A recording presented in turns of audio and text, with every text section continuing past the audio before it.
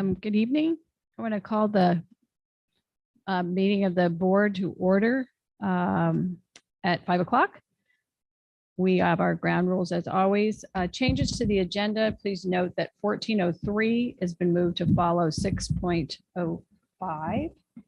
And are there any public comments for closed session? Other than the written comment?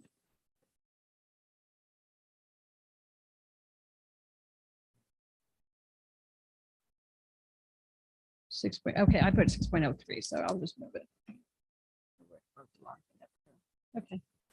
1402 has been moved to follow 6.03. I just wrote it. Yeah, okay. 6.02, got it.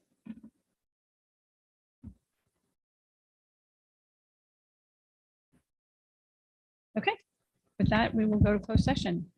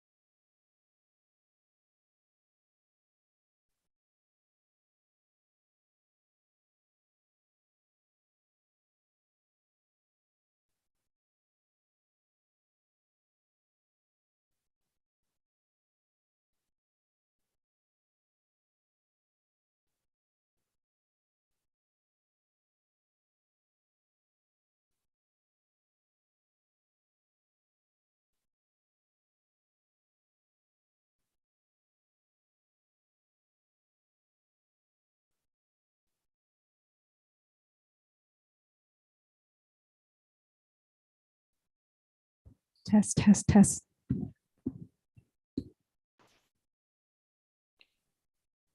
Hello.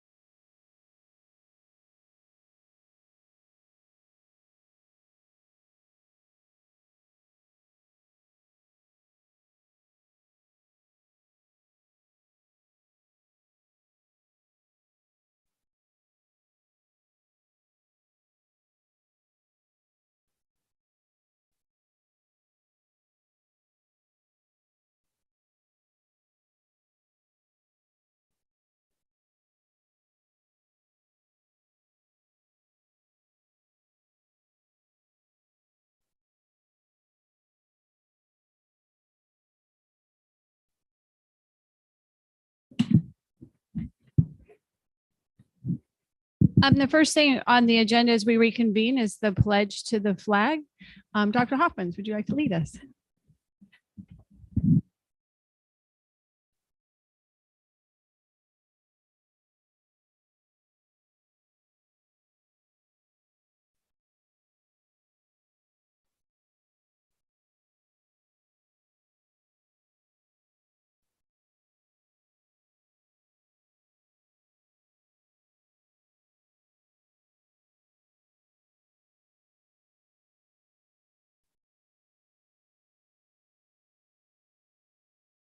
Session, and we have nothing to report. With that, we will move on to public comments. Do we have comment cards? No comment cards. We do have some that signed up in advance. Michelle Johnston, please go to the podium. And after that, Michelle Kennedy. You have 3 minutes.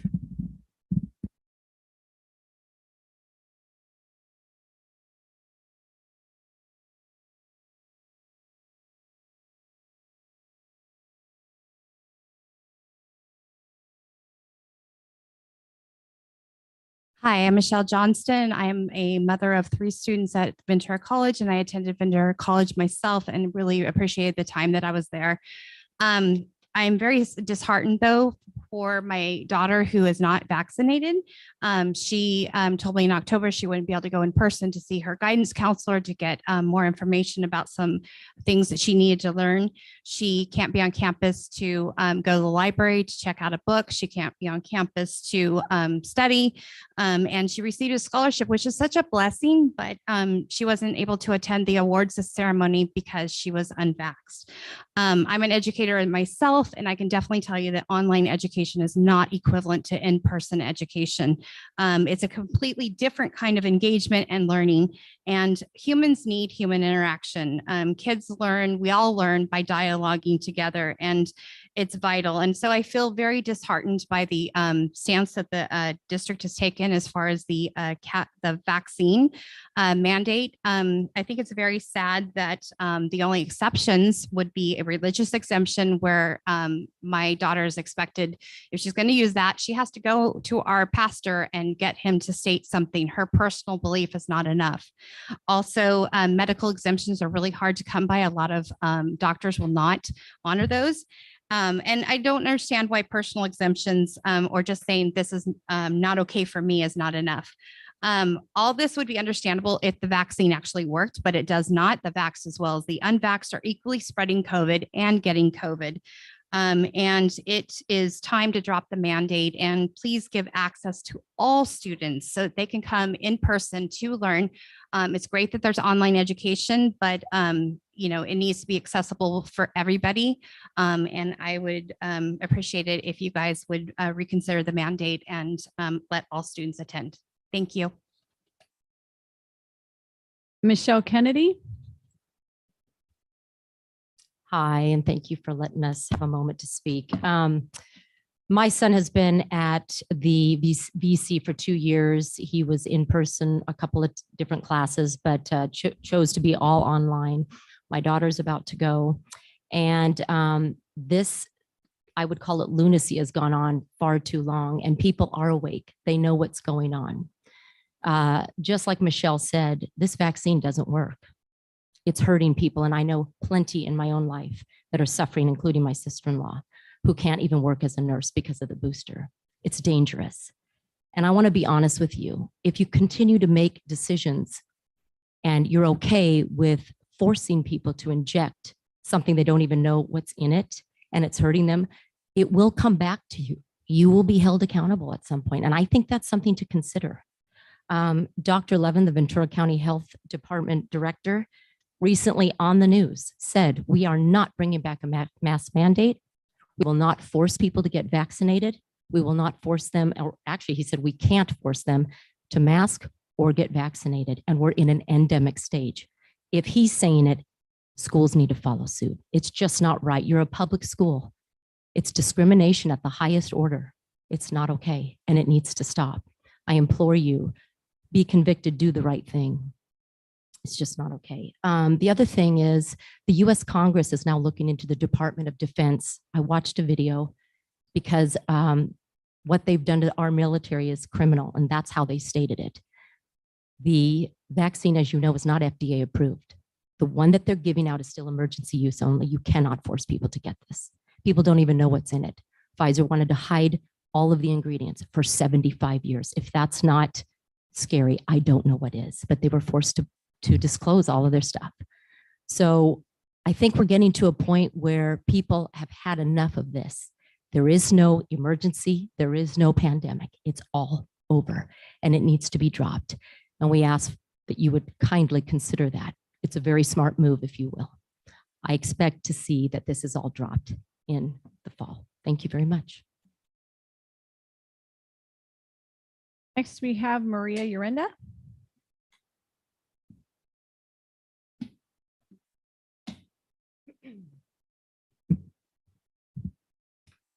Good evening, members of the board and Chancellor McLennan. I am Maria Urenda, SEIU Chief Steward, and I will be speaking on open session item 1301, BP 3506, COVID-19 vaccine requirements for employees and students. We understand that this item is listed as a discussion item with the possibility of an action taking place. We also understand that a recommendation and options from the Healthy Return to Work Committee will also be explored. Though SEIU was not a member of this committee, we have heard from committee members, and they've expressed that their recommendation was not to end the vaccine mandate, but rather that they were asked to present the board with options to consider what we should do to implement if we did away with the mandate. The options presented and the recommendation is only if this board takes action to end the vaccine mandate. The attached survey on this item is also a poor representation of the student body at VCCCD, with only 4.2% of their voices responding. That is 2,200 out of a possible 52,000. There simply is not enough data or the right questions being asked to be able to make this premature decision. As we know from almost 3 years into the pandemic, it is a situation that constantly change, variants emerge, and vaccines work to reduce the severity and death from this virus. As a district, we have worked together to pivot, to change and adapt. We have erred on the side of caution, safety, and rose above and beyond doing the bare minimum. We owe that to our students, to our employees, and members of the community. As we have maintained from the beginning, SEIU will remain focused on the safety of our members, and if the discussion tonight leads to a change in this responsible board policy, we will demand to bargain on their behalf, to bargain and take every possible measure to ensure their continued safety, which includes verification that the district provide and implement proper protocols and measures behind any policy change. We urge the board to continue to be thoughtful to all students and employees of this district that complied with the current vaccine mandate and who by doing so felt safe to attend in person because of it. We look forward to the discussion, and if need be, we'll be ready to immediately advocate for our members if there is a change. Thank you. Thank you. Last, we have Monica Lee.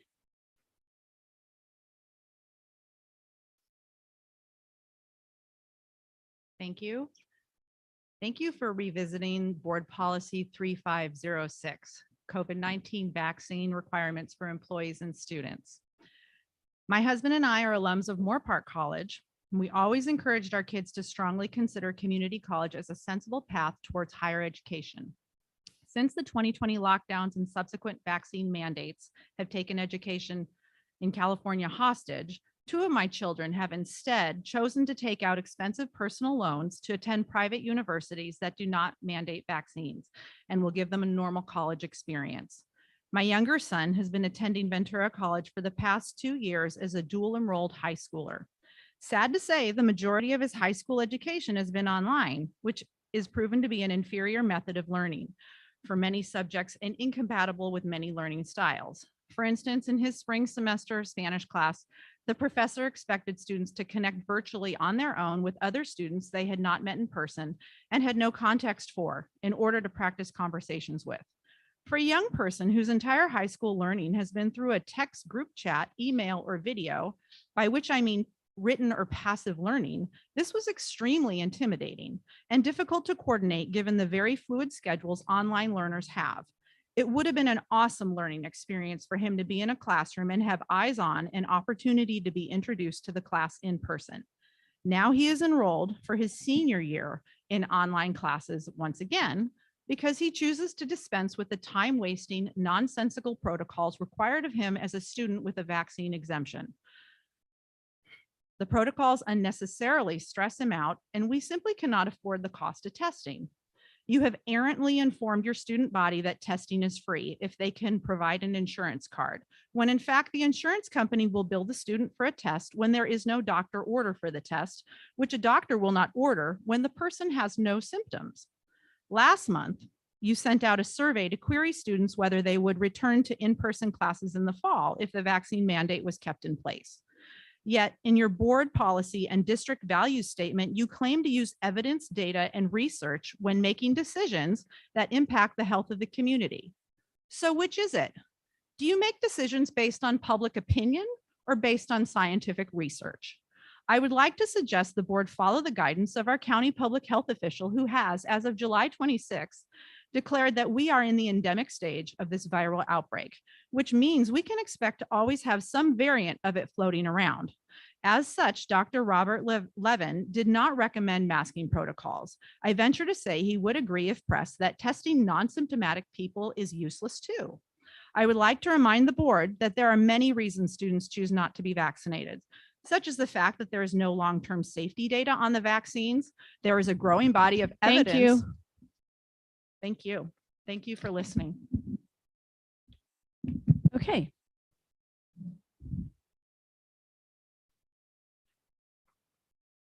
We have, sorry, lost my place.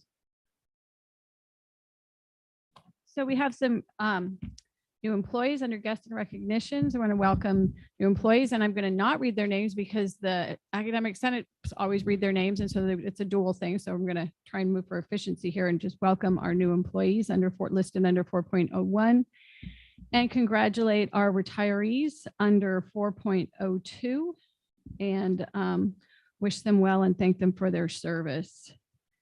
4.03, we have none. So we'll move to 5.01 academic senates, and Dan, I'll start with you and go down. Thank you. Thank you, Chair McKay. Yeah, just two things to consult on, and you just mentioned one of them. Like to welcome Mary, our new environmental technologies professor. The only other item I had to consult on, which I think I'd like to hear some good debate from the trustees on this item as you get an update on the accreditation. So item 16.01. As mentioned in the text of the item itself, the DCAP met and reviewed updates to standard 4C. So we're interested in hearing feedback on those updates. The revised standard 4C, it has to do with you, has to do with the Board of Trustees. And if the board as a whole, as the majority of the trustees have recommendations for how we can edit that or amend it, that is something we would need today or ASAP, because we're going to be beginning the process of bringing it to the participatory governance process at each of our colleges. So we have 2 short months to do that before it comes back to the board for approval in October, each of the 3 colleges ICER. So the timeline is short, and we look forward to your discussion of the item tonight. Thank you. Need to share a mic. There you go. Thanks. Good evening, trustees, chancellor, and other distinguished guests. It's always a pleasure to address the board. I will first welcome Lisa Carruth, the newly minted OC Academic Senate President. It's a pleasure working with you the last 2 weeks so far-ish, and I'm sure we'll have a lot more adventures in store for all of us. Look forward to continuing the collaboration. 4.01, although I'm tempted not to talk about the new employees, just because, but I will. We have 2 new faculty, Gregory Valam, EOPS counselor, and Rosa Sanchez, counselor. I do appreciate your nod to efficiency. 15.01, action to approve international travel for 6 faculty members and 1 administrator to attend the All African Diaspora Education Summit 2022 in Ghana. So I just appreciate the support of the board for this amazing, incredible professional development opportunity for a group of faculty and administrator to go and then bring back everything they learn to so impact our college. 16.02 to 04, just a big congratulations to all the graduates at all 3 colleges. A big thank you to all the folks that provided opportunities for these students to succeed, the classified professionals, administrators, and faculty alike. The board plays a role in there as well, of course. And it takes collaboration from all of the stakeholders working towards this common goal for this to come to fruition. Students are the reason why we're all here, and their success makes it all worthwhile. Lastly, I just want to comment on to thank the board chair and co-chair and chancellor, whoever behind the scenes reordered the agenda after discussions at Consultation Council to preserve the integrity of Senate consultation. It's very much appreciated. Thank you. Elisa Carruth, we're happy to have you. Thank you. I'm delighted to be here. My name is Elisa Caruth. I am representing Oxnard College, and I would like to say good evening and thank you to the Chancellor, Board of Trustees, and distinguished guests. I'm very happy to be serving to represent Oxnard College. I'd like to take a moment to congratulate Melody Smith in counseling as a new employee. And I would also like to congratulate the graduates and everyone who has helped them achieve their higher education aspirations. We are a team at Oxnard College, and we are a team in this district, and I look forward to working with you over the coming years. Thank you so much. Classified Senate, and I will start at the other end, and I'll start with Alex.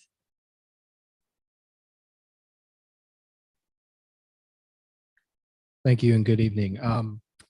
4.01, we welcome Molly McGilvery to the DAC as a accounts payable technician. And then 16.02 through 16.04, we congratulate all the students graduating rather this summer. That's all. Thank you. Thank you. Linda, Moore Park College. Good afternoon. 4.01, a welcome to Katira Tarvidian, our new basic needs specialist, and Trudy Radke, our new instructional technologist designer. Congratulations to Cynthia Wilson for her retirement. Our graduates, 1602 through 1604, big congratulations. And just a quick, I would like to do just a really quick acknowledgement to the team that put on a very, very successful new student welcome yesterday. We had approximately 1,000 students participate, and this could not have been successful without the hard work of our classified, our administrators, our faculty that participated. And just a quick mention of our classified, just an acknowledgement to Alejandra Idelfonso, Johnny Conley, Mickey Aguilar, Lisette Alivan Divava, Anne Marie McCarthy, Eric Lopez, and the M&O staff, Dan McMichael and the IT staff, Dina Pillay and Jake Phillips, and all the volunteers, student workers that helped put on the event yesterday. Thank you.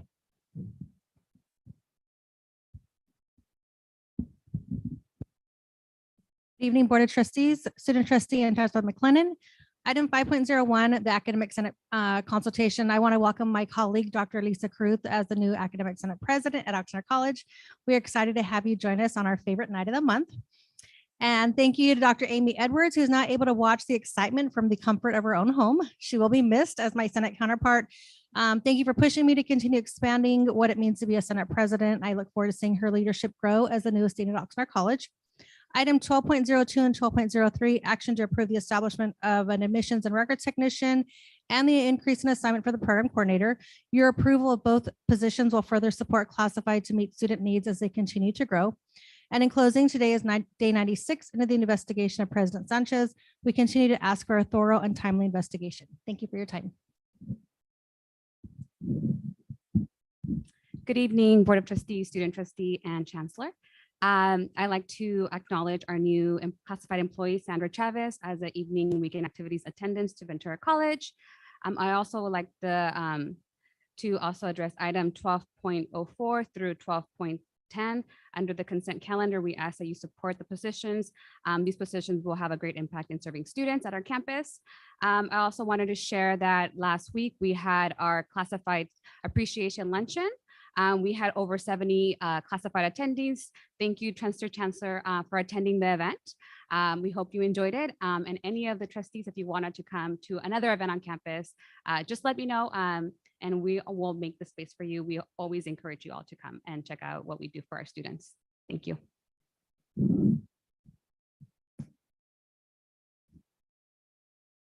Welcome. You must be from Moore Park? No. Okay, that's what I thought. I can't see the sign, so I'm guessing. Yep, maybe turn it on and you kind of have to speak a little close to it. Yes, I'm There you the Moore Park College student rep. And first thing, we had a successful event yesterday, the new student welcome. We're all ready for the semester to start. And today we had the ASMC board had a meeting with the Campus Environmental Committee. We discussed about the water conservation efforts, and we also talked about student involvement with the committee And most importantly, we talked about replacing the lawn with drought tolerant plants. And that's it.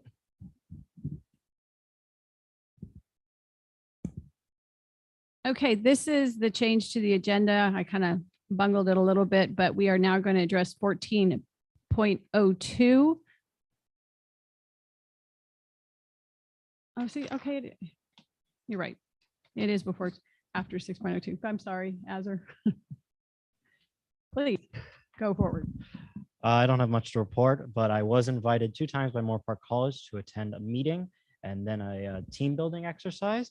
On July 20th, I was invited to attend one of their meetings. They talked about the Brown Act and parliamentary procedure and how they will be running their board.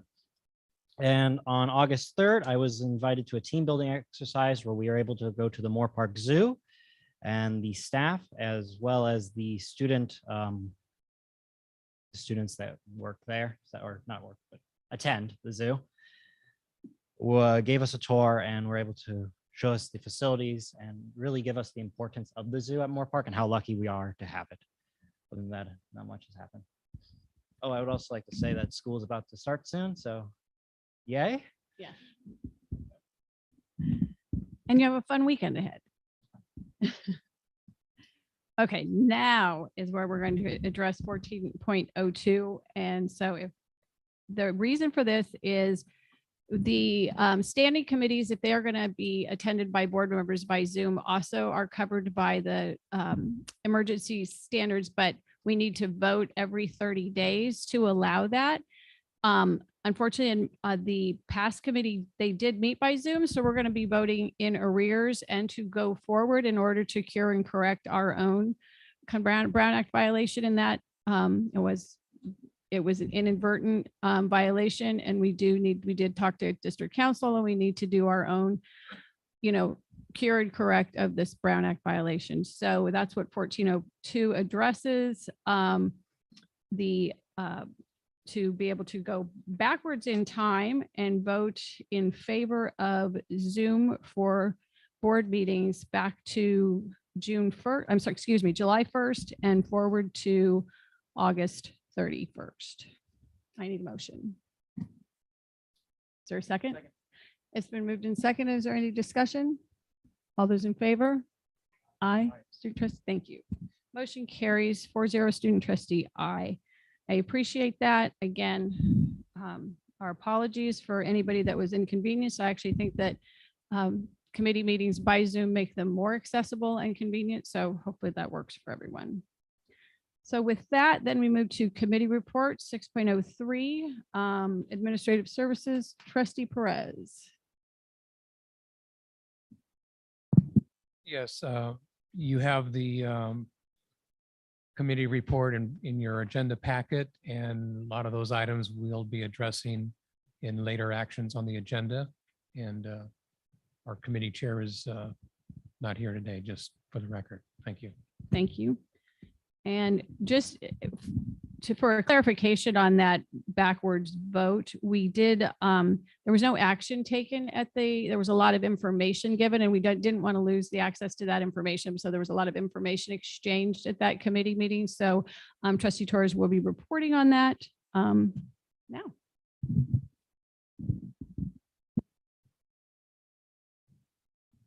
It's July 1st to August 31st, backwards to cover July, and because we had covered June in the vote at the June board meeting, the special board meeting. You're welcome. Sorry, trustee Torres. Okay, so you have the minutes in front of you from July 20th. We had a pretty good conversation. We talked about the charge of the committee and an interest in having more legislation coming forward to the board. To know what's happening at the local level, but also at the state level, to just be more active and also lobbying for legislation that might be in favor of our students, or also legislation that can perhaps hurt our students. So being actually more active. One of the other items that we really discussed was the vaccine mandate. And this was really an opportunity to have members of the community come to our past meeting and be able to discuss As a committee, we didn't make a formal recommendation to the board, and we said that at our meeting that we were simply going to be listening, have more of a conversation, because here at the board meetings, people can only share their public comment and we can't really respond to them. But within the past committee, we're able to really engage in a conversation and listen. So we had conversations from both ends. There was individuals who shared their concerns in dismissing the vaccine mandate, just deciding to rescind it. At that time in July when we met, given the surge that had just been, we've been incurring as a county, they talked a lot also about wanting to return back to masking in terms of being able to make a difference with the amount of cases, because there was also a rise within the colleges. So they were saying, you know, with the testing, it's not really enforced. It's really hard to track. People are really not using the app. So at this point, we're really saying we need to have the mask because that's really what causes more safety on our campus. There was also individuals who spoke and said, we're looking at the number of cases and it's coming from individuals that are vaccinated. So really, we shouldn't have the vaccine mandate anymore because we're seeing that within this past year, it really hasn't reduced the amount of people being infected. And we've actually seen that our vaccinated individuals with a higher percentage. So there was a lot of individuals that came in and shared their perspectives. And so I did encourage them to come to the board because it was the vaccine mandate was going to be deliberated among the board. But I also shared that I would be sharing with the board, and it would be in the minutes, the information that was shared. So it's pretty much some of the comments that we've heard from individuals on the written comments that they sent to us. We had the health coordinators who were present also, who were able to share their perspective and share some data, as well as other members of our community who were able to offer different data. So it was a really, you know, it was a conversation and everybody agreed it's very difficult. People said, we don't want to be in your place. But they did really bring different perspectives. And that was actually really good because we were able to see two different sides. And we said also during the meeting, most likely when we meet on August 9th, the data is going to look a little bit different, which we've sort of seen that it has changed for the better. So everybody is concerned about student. We also talked about student decline and student not coming to our colleges. There was conversation also of our local colleges who've rescinded the vaccine. So College of the Canyons has rescinded the vaccine. LA Community College has rescinded their vaccine. So there was a lot of conversation in terms of what do we do?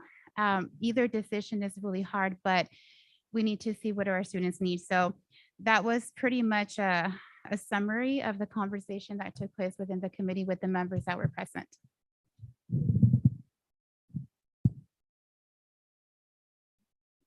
Go for it. Okay, very briefly, I would just direct the attention of the trustees. Right behind the minutes is the Government relations. yes. And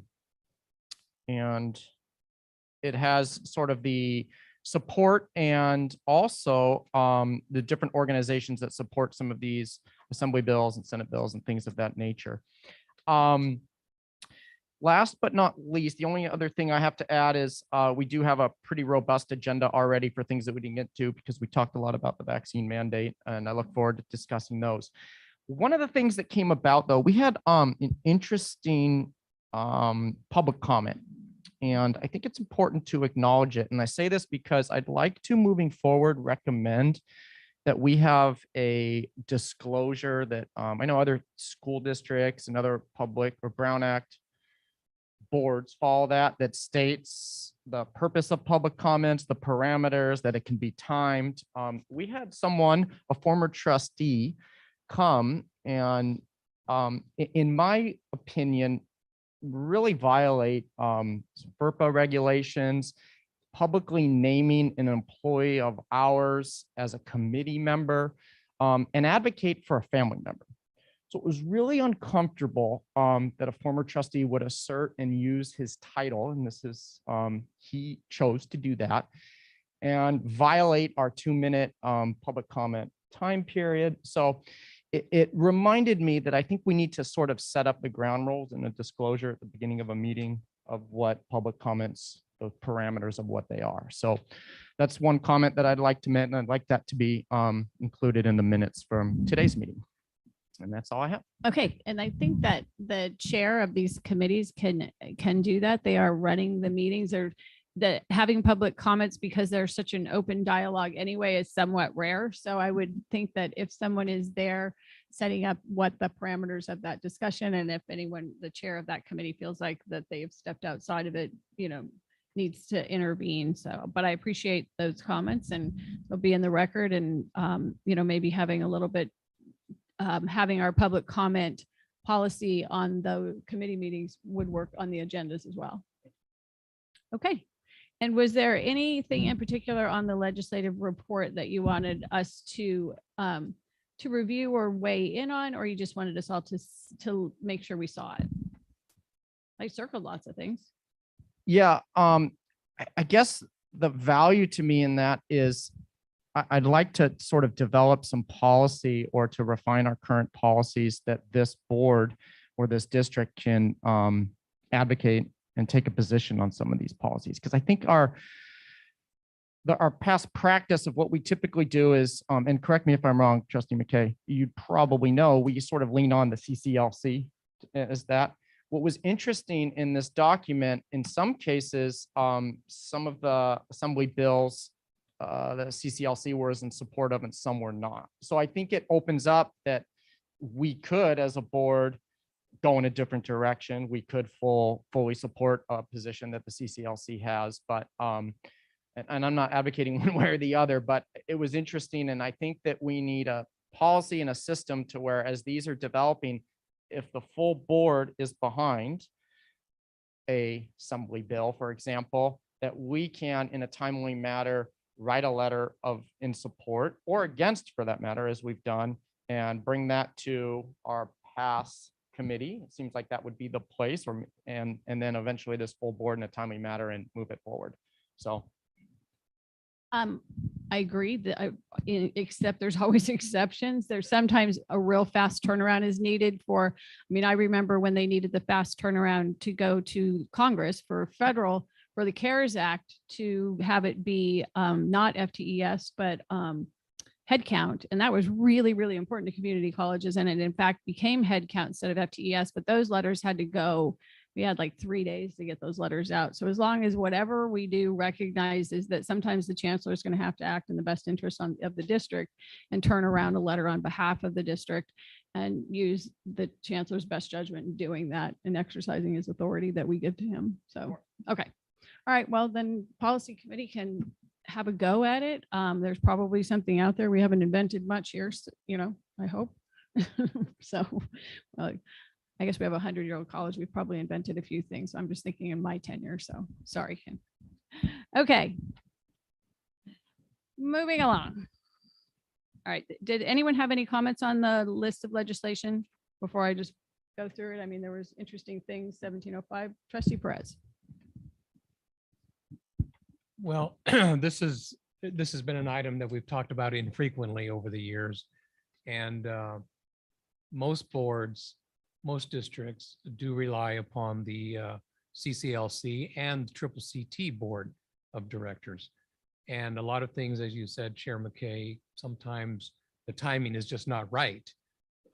Bills that are in process all of a sudden get to committee hearing, and the league and the Triple CT is asked to weigh in on. And so we do our best to have discussion and give staff the appropriate direction, whether it's support with amendments, or oppose, or take no position. But that being said, I think it would be helpful if down the road, and I guess the past committee is the appropriate, if we can come up with a process where we recognize in some way, shape, or form our own legislative agenda, whether it's falls in line with the leagues, or we provide some provisions where there's a legislation of interest, or some districts even advocate for new legislation, and we would need a process for that too. But in the past, the chancellor and I have made reference to the notes and minutes of the Triple CT boards, and even the advisory committee on legislation work. So it's, maybe we could strengthen that process of communication from those entities to this board. Yeah, I think the advisory committee on legislation, when you were on, you said you were on that committee for a long time. You are still okay. So you used to kind of give a report at meetings. And so maybe that's a good way to start. Then we know what the positions are, and then we can know whether we oppose them or agree or, what that is. So but we are fortunate that we enjoy good relations with Assemblymember Bennett and Assemblymember Irwin. So, and State Senator Stern. So and Limon. So when we do need something, one of us can usually get to them. So that's good for us. Anything else before we move on? Okay. Student trustee, anything? Okay. You looked at me like maybe. Okay. All right. Just checking. 6 point. So that was 6.05. This is the legislative update based on the fiscal year 23 state adopted budget. Dr. El-Fattal. Thank you. So I just want to give you a high-level overview, and I'll preface it by saying the board will be having a budget study session August 29th, so that's coming up. So I'll just give you a high level today, and we'll talk about many of these things in more detail at that particular study session.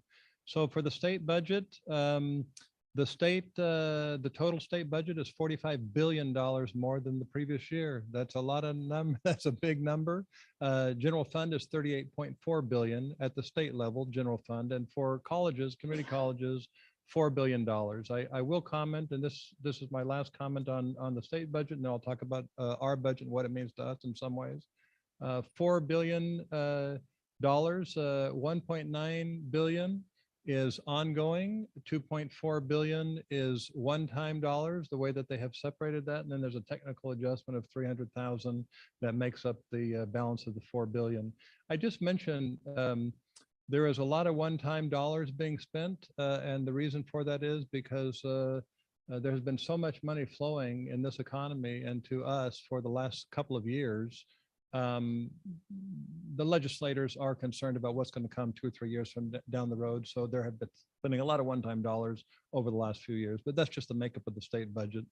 There's a one-page spreadsheet on both sides in the document. We do this every year to relate as best we can, given the snapshot in time, how much the state dollars flow into us. So I just want to highlight the first page is the ongoing funding. And these line items are detailed in the joint analysis, but this is just a simple version. The second page is the one-time funds. But on row 1, 3, and 4, those are our base allocation and COLA. For this year, it's estimated to be $11.4 million increase compared to last year. So that's a substantial amount of funds. I just wanted to point that out to you. On row 2, growth, we're not estimating growth. We're still in a decline or stable at best, declining possibly more. So we're not anticipating any enrollment growth on the FTS side. I won't go through each one of these, but let me cover a couple. Row 6, that's $5.5 million directly going to students. That's just a pass through. It comes through our books and goes directly to students. So that's great. On row 13, modernizing technology and protecting sensitive data. There's another item on the next page, by the way. I'll jump for a second. It's item 7 on the next page of one-time money. You've heard a lot of discussion about how much money is coming for technology and how much we're going to get. There's been some conflicting information over the last couple of days. It's the first notion said $150,000 per district. That was clarified to $50,000 per district, and which is not a lot of money to split for technology issues amongst 3 campuses and the district office. It seems, yes. Each district. So if you're a single college district, you get the same amount as what we get. That's my LA must understanding. love That's that. the latest. That's the latest that has come out. It's not much money for us. We're not jumping for joy. We're pushing from across the state, but this district, the IT folks and our budget folks are pushing the state to say, hey, listen, send some of the money our way versus utilizing it all for some state system-wide thing. But at this point, that's the way it seems. More information to come, perhaps, but we're not going to know until February. Probably at the best of how that money is going to be allocated. And then just the 2 lines on the bottom, 19 and 20. That's $220,000 for us. These are all estimates, by the way, but they're reasonable estimates at this stage. Some have changed already based on new information coming from the state. But row 19 was to implement EEO best practices. That's a good amount of money for us. And then also row 20 is to increase support for student basic needs centers. So we'll take every penny that they send us and we'll use it, in a positive way. On the next page, deferred maintenance, row 1. Again, we have been getting so much money in deferred maintenance or scheduled maintenance for the last few years. That number has changed recently from 18.5 million to 16.5. That's from the state. So that's the only updated number I'll mention today. And that may change by the time we have the budget study session. Also good news is row 2, a new 5-year grant to be used for student support efforts, re-engagement strategies, professional development opportunities, et cetera. $14.3 million to this district, again, an estimate. 4, it's similar, support retention and enrollment strategies. My question was, well, how is that different than 3? But it's another pool of money to spend for those issues, right, on the categorical side. And then 7, I've already mentioned to you. 9, is 1.4 million to us. That's for equitable placement and completion practices. Think about it as relating to AB 705, for instance, of putting students into a place where they can succeed and complete. And then just lastly, row 15, 440,000 to us for emergency financial assistance grants to AB 540 students. So again, I just wanted to give you an idea. It's quite a substantial amount of money flowing to us, one time and ongoing also. And there'll be more information coming at the budget study session, August 29th. With that, I'll be happy to answer your questions if you have any. This evening?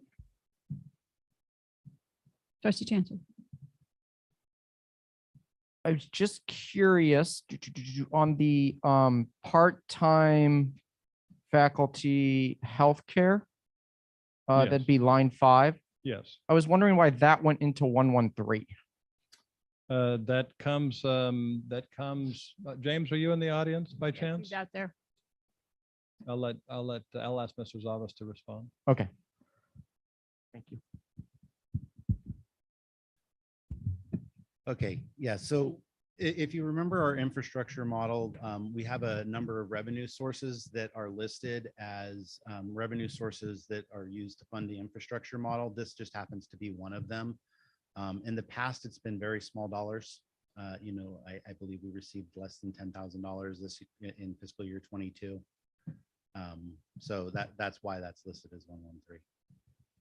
Okay, I guess what I'm confused on is the parameters or the description of 113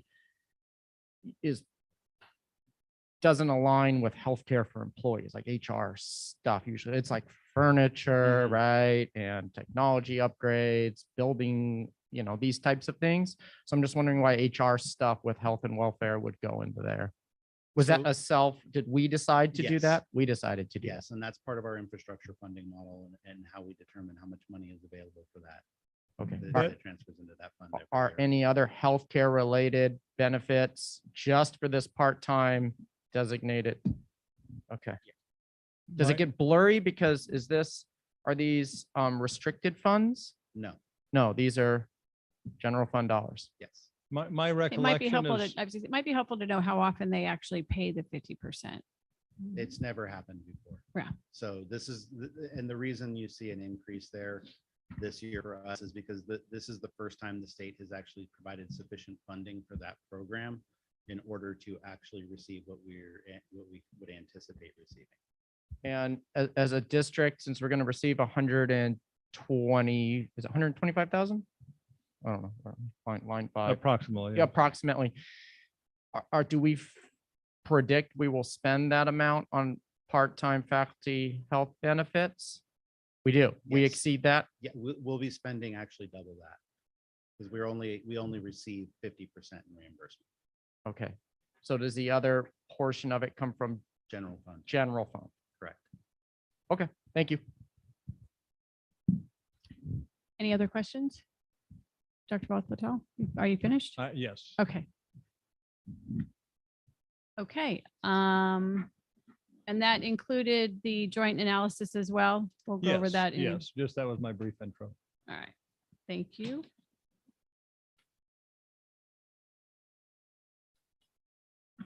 I did want to at least point out the money for housing that we got for Ventura College and for the other two colleges to do their feasibility studies. That was noted in there, and very happy about it. Congratulations. Enjoy your planning. Okay, next we have 6.06. The informational item, Oxnard College Technology Master Plan. Yeah, Any- just I will introduce the topic. So each of our campuses does their own technology master plan. The district also has a district-wide master plan for technology. This is Oxnard's. Ventura is in process right now. The district office is in process, and Moore Park is just about in process. So that's just background with all of them moving forward. This is the first one for this cycle that has come forward, and I'll ask Vice President Rinbarger to make a few comments about the plan. Good evening, trustees. Chancellor McLennan, thank you for allowing me a moment to speak. So this plan began through our participatory governance process and the Technology Effectiveness Committee. They created a work group to write the plan. We did surveys of students and employees, and we built the plan in response to those surveys. We have 4 important priorities in the plan: ensuring student access to technology, maintaining the technology in its condition. For us, that means moving from a 10-year refresh cycle to a 5-year refresh cycle. Engaging students regularly on their need for technology. That means that throughout the course of the 10 years, we're going to reach out to students in various capacities and ensure that we're meeting their needs and change our plans if their needs change, and ensuring ADA access both in person and online. We have 4 major objectives in the plan. These are current objectives, and those will change over the course of the 10 years. 1 is to implement improved Wi-Fi. 2 is to make sure students have laptops, tablets, and internet access. We want to communicate to students. We found that last year we had 1,000 laptops and 1,000 hotspots, but students didn't necessarily know they could go to the library and check those out for free. And the last one is to prioritize training. One of the surprises for us, and I suppose it shouldn't have been a surprise, is that students who are in the Oxnard Union High School District are trained on the Google Suite. When you come to the district, you use Microsoft. So there is some gap in students' ability to perform in the classes, and we want to make sure that we have a capacity to train them. We've established a technology bar in the library where they can go and get trained on these features. Take any questions?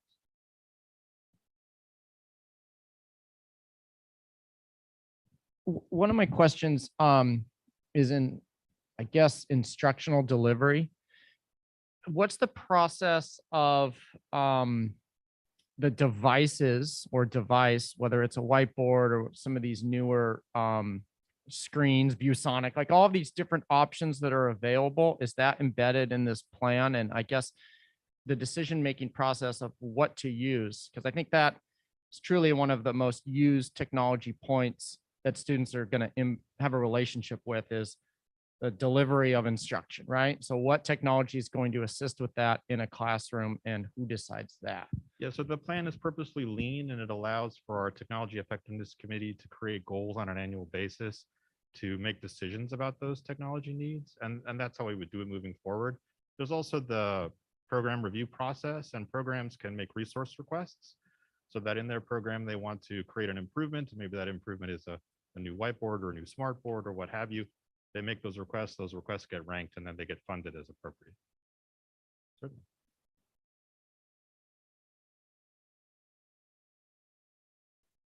Coming from the Oxnard School District are using Google programs. You said that you are training them to use Word. We are providing training in the library. We have what we call it a tech bar where they can go and meet with folks and get training on that. Okay. Thank you. Let's just want to point out the importance of Word, at least in the industry, or I should say Microsoft Office in the industry. Absolutely. And I personally despise how the lower levels don't actually use it.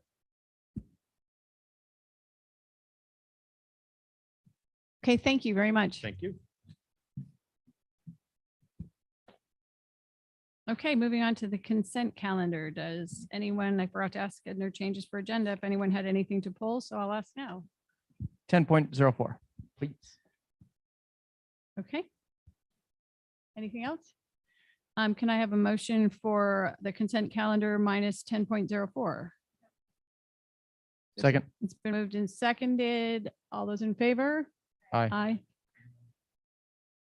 Okay. So the consent calendar passes 4-1. Student trustee, yes. Trustee Chancellor, 10.04. Give us a minute to get there. The item actually is on page 184. It's the last PO. And it's for the installation of fiber optic cable at the East Campus for $100,000. It's really exciting to hear about the facility upgrades. You know, the Santa Clara River Valley is excited about it. Students are excited about it. Everybody's excited about it. I guess I'm excited too, but I guess my question is, when do we get to a point that we either halt or have a discussion about investments in a facility that we may not be using in the near future? So if we are going to be looking at other facility options, growth or different land, different building, I understand there are immediate needs now, but as we look at that, I just would hate to invest large amounts of money in something that in 2-3 years, and I'm not saying this is the case, this sounds like something that they need today. So, but I guess my ask for the board is if we can get an item on the agenda in the near future, just where we are looking forward to the Santa Clara River Valley facility wise, what sort of our 5, 10, maybe even 20-year plan is there. Doesn't need to be discussed tonight, but just a question I had. I got it. Thank you. And with that, I'll make a motion to approve 10.04. Is there a second? Student trustee. All those in favor? Aye. Motion carries 4-0. Student trustee, yes. Okay.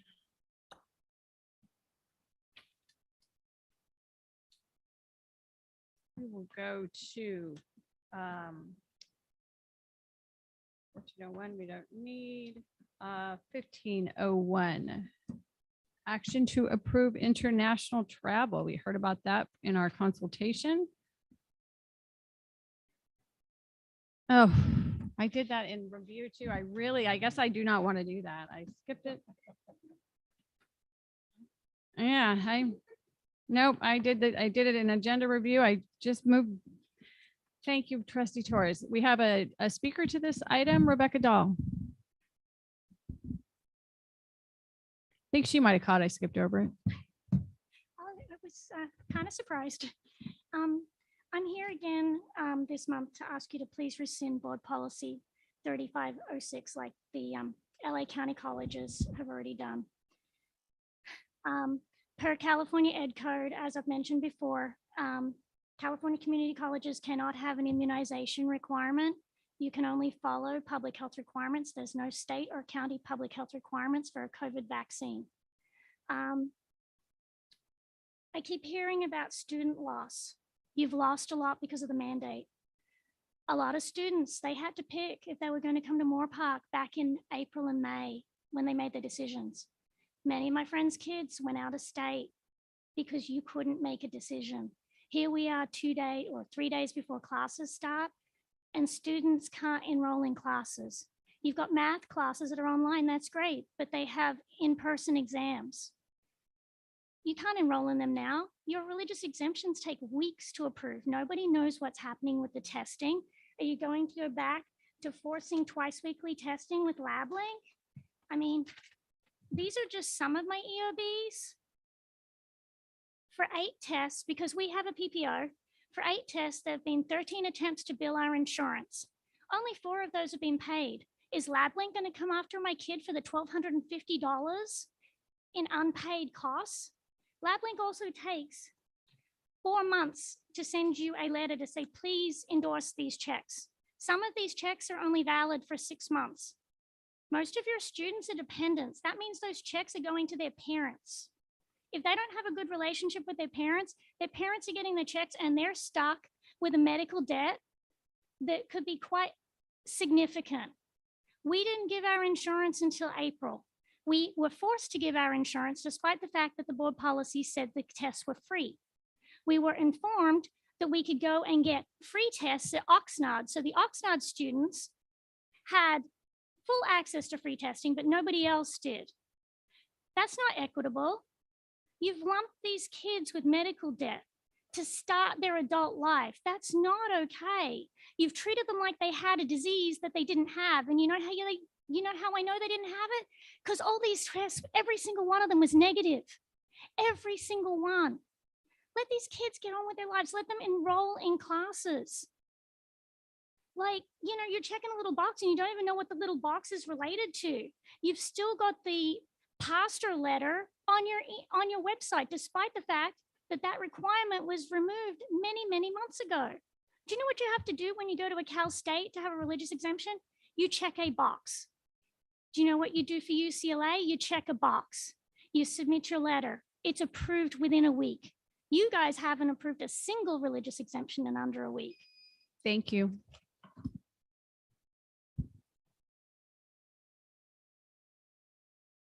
That came to us with no recommendation from the committee, or from staff. And I think we're going to have to see our way through this. And I would like to start with our student trustee.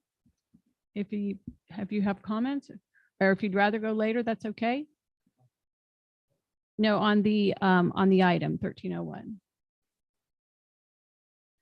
Okay. To talk about for basically the entire afternoon before coming here. I've looked up statistics and formalized ideas on this. And I'd like to start off saying that I hope we understand that what we decide here today is we are doing this for the betterment of people and the students, and that we don't come out of this hating each other or disliking. And we understand that what we are doing is because what we believe is better and meant for each other. To continue on with that is that I have 3 parts that I'd like to talk about, and I'm going to split them up into statistics, corporations, and morality. And I'd like to start with statistics. And I would like to start with, let me pull it up real quick, sorry. The statistics specifically for the county, specifically for the groups of which are vaccinated. And I would like to say, I'm going to take an official stance right now. I do believe we should rescind the board policy. If we look at a percentage of this county that are vaccinated, we find that that our policy disproportionately affects Hispanics, incredibly, Blacks or African Americans, and then American Indians or Alaskan Natives.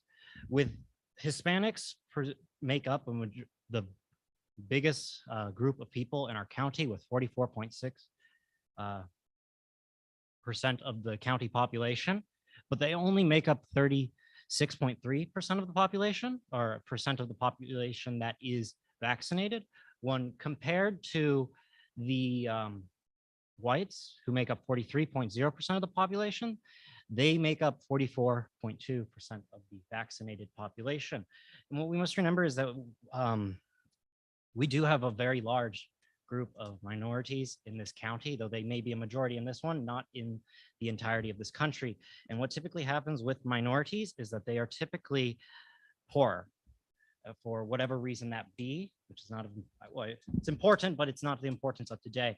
But what must be understood is that I believe the statistic is that 80 to 90, but I believe it's 90% of those who go to college and get a degree are likely to be lifted out of poverty. What we are doing is we're disproportionately allowing them to not get this degree or any degree. And what must also be understood is that community college is typically very cheap. And especially here in California, which at times can cost as little as $0 to maybe $1,000. For me, it was about $500 this semester, which is amazing. And when talking to a friend in Washington, he said for community college, it was $4,000, which is still a lot, but it's not as much as going in debt of $60,000 for going to a 4-year.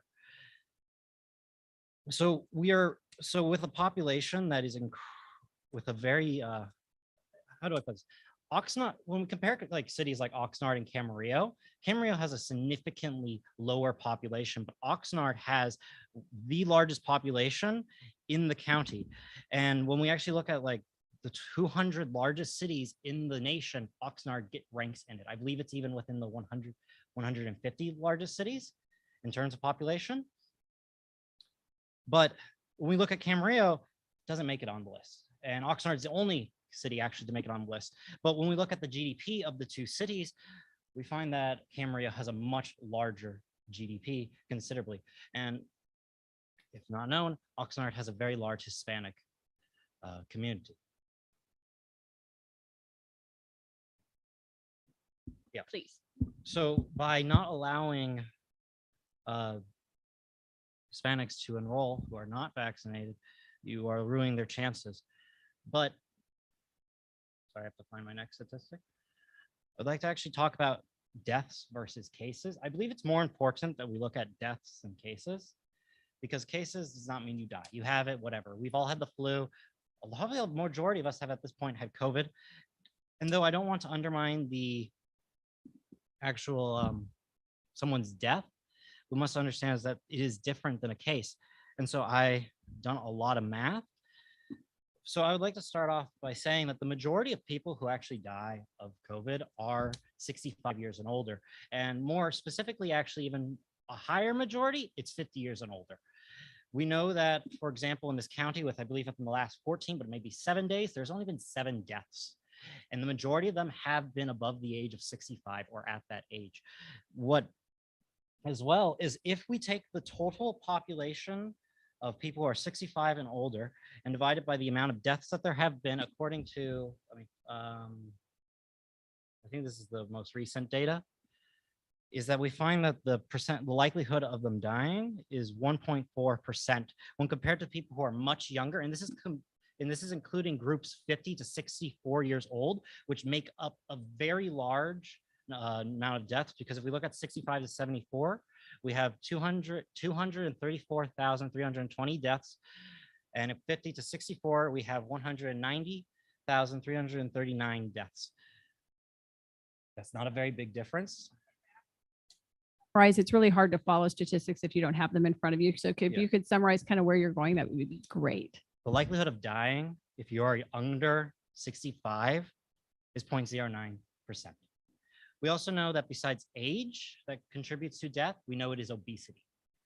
I have found 2 studies, as well as the CDC specifically saying that obesity is a cause of deaths. And if we actually look at the rate of obesity within this country, it follows generally the curve of deaths. So it is in fact a factor in it.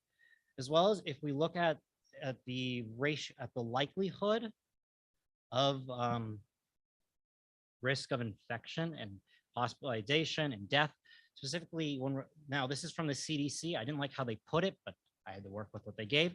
They used 18 to 29-year-olds as the reference group. They did not give a specific likelihood of their death, but they said in terms of death that people who are under it are under 1% likely to die, and people who are older, 30 to 39 is 4 times more as likely, 40 to 49 is 10 times as likely, 50 to 64 years old are 25 times as likely, 65 to 74 years old is 60 times likely, and it goes up to 140 times, and then 330 times likely to die.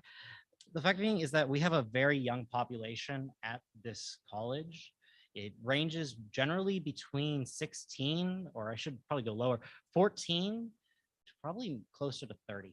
And then, yes, we do have others that are much older. The majority of the population here at our campuses are young. These are not the groups that are dying from COVID. But this isn't even all of it, because we have to remember is that this is not one singular virus. This is multiple. And according to data, I found this from New York.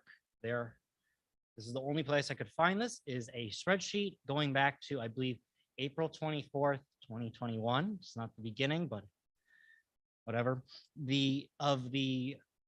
What are the case rates, as well as the variants that are in use. And going back to April of 2021, all the way to about July 7th or July 1st, 2021, there was, let me explain what I did here real quick. So I took the cases, or I took the deaths during certain time periods, and I aligned them to the variant that there was. And then I divided it by the days in which that variant was active. Now, I should say that there is overlap, and in certain cases, there were massive overlap, but because, multiple variants can be. The summary that you have derived at. I mean, we have a lot of public health reports that have statistics can tell you lots of things. What is the summary of your data? The current variant that we have is several variants of the Omicron. Omicron appeared in December, but truly got going in, later December, mid-December. It took the early Omicron variants. There was two. It's B1 and B1.1. Those took the majority of the deaths in that time period. But if we compare it to cases, because I took it per day, I put deaths per day, but then I compared it to deaths per day for cases, taking the whole section of Delta, which was the variant beforehand, to Omicron, what we find is that this is very, that if you had, so deaths by day for cases for all of Omicron from about, I put it, what did I give it as? December 17th, 2021 to July 30th, 2022, that we found that the deaths per day per cases was about 2.45 times 10 to the negative fifth. Comparatively to the time period that Delta existed, and what I should know about Delta is that it's only listed as Delta. There is not individual variants of Delta. I don't know if that means there was only one variant or what, but there seemed to be only one, according to this data. That time period was would have been July 1st, 2021 to December 17th, 2021. And what we get is a much larger number, to be 6.84 times 10 to the negative 5. Essentially meaning that the likelihood of dying of Omicron is significantly less when comparing to Delta, because there was much more significant cases. Because if y'all can remember the graph, there was that huge spike up, and then it went down, and then it kind of went up a little bit, but kind of flattened. There has been much more cases and significantly less deaths, whether this be because of increased vaccination or simply because of a weaker variant, I don't know. And if we do look, and if we do consider it to be because of the vaccines, we have to remember we have about 80%, almost 80% of the population at least has 2 doses. I believe it's somewhere around 60 to 70 have full, what they consider full vaccinated.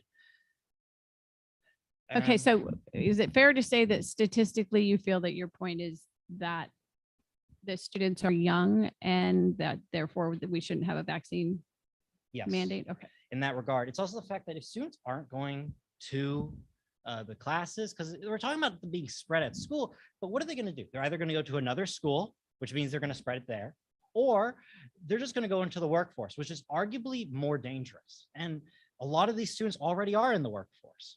So it's not useful in that regard. I think I may have one more statistic, but let me check.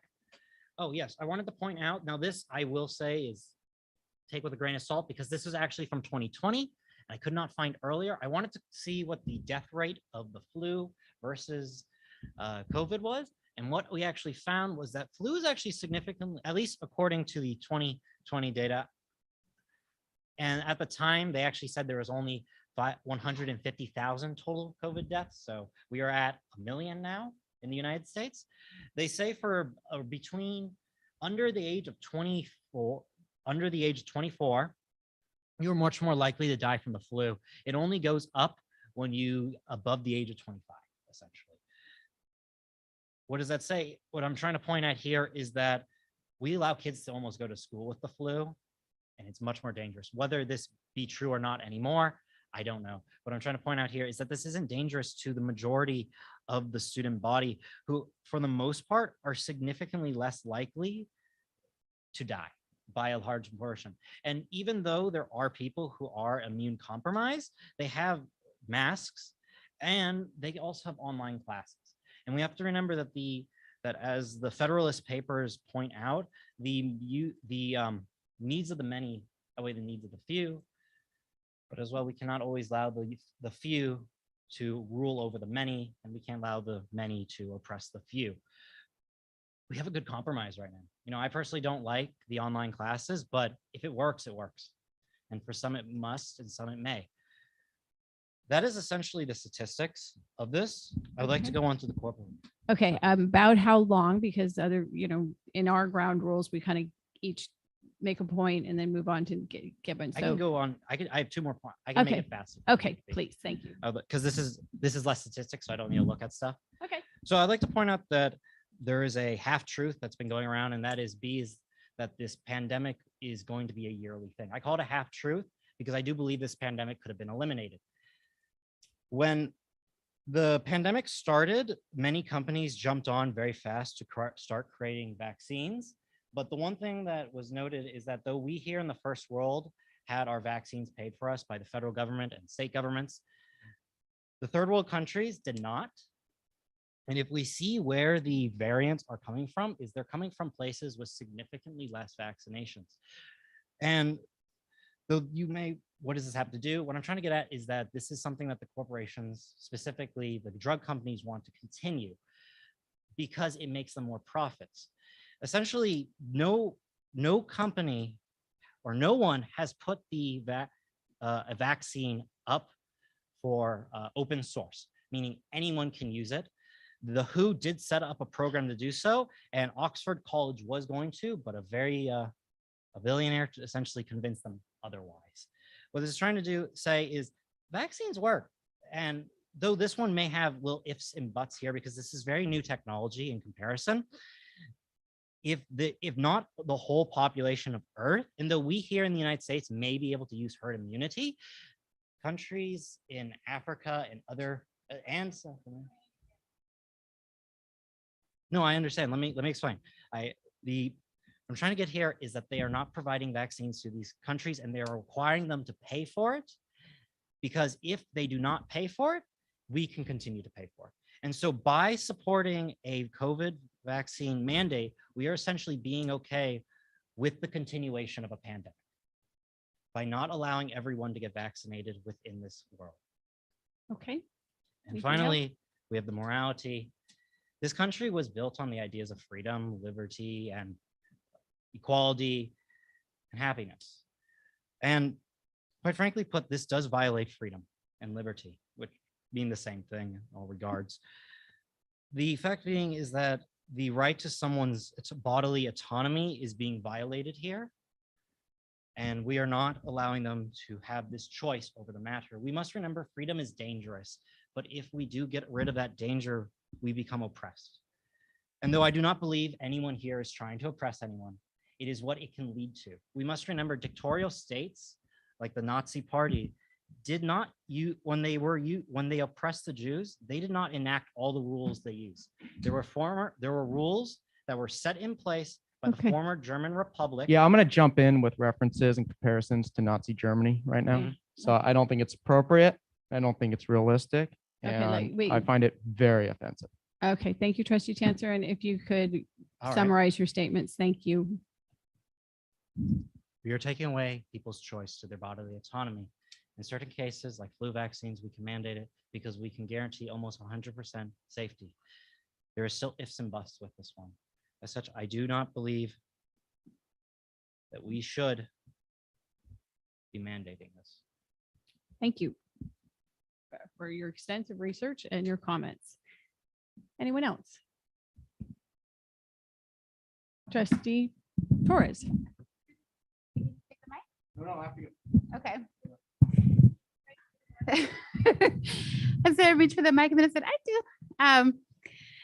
So I actually want to thank Cynthia, Institutional, your department, to giving us so much data. So I looked at your reports that you've provided us tonight. I know we're going to get to them later in this section, but they really allowed us to put together a narrative based on the data. And so it really takes away perspectives, individual perspectives, and we can just really look at what do our numbers look like, and that tells us. And so I want to really ask the trustees, you have information on your agendas. And if we look, I don't know who conducted the survey. I know that there's a survey. Maybe they're able to walk us through it, because I know it's a small sampling, but within that small sampling sometimes gives us a big picture of what it would look like if we were to survey everyone, because I found it very instrumental in the amount of students that said if there's a mandate, would not attend, compared to the ones that said if there's a mandate, they do attend. And so to me, it was just really interesting to see the numbers. So if you can walk us through it, and then I'll make my observations of the data from this, which was very telling for me. And you're referring to the student survey? Yes, for now. The student survey. It's on, I think right after it's on page 273 for us here. Dr. Herrera, that's you? It is. Okay. All right. So we conducted a district-wide survey, and as it shows, there were 52,000 potential students that could have responded. We got approximately 4.2% response rate. And as Trustee Torres has indicated, it's a low response rate, but it gave us a picture of a snapshot of a small population. And we recognize that, and I'm going to generalize, approximately 60% of the students that responded were in favor of a vaccine mandate. And of that 60%, if they were asked if we remove the mandate, will you attend the college?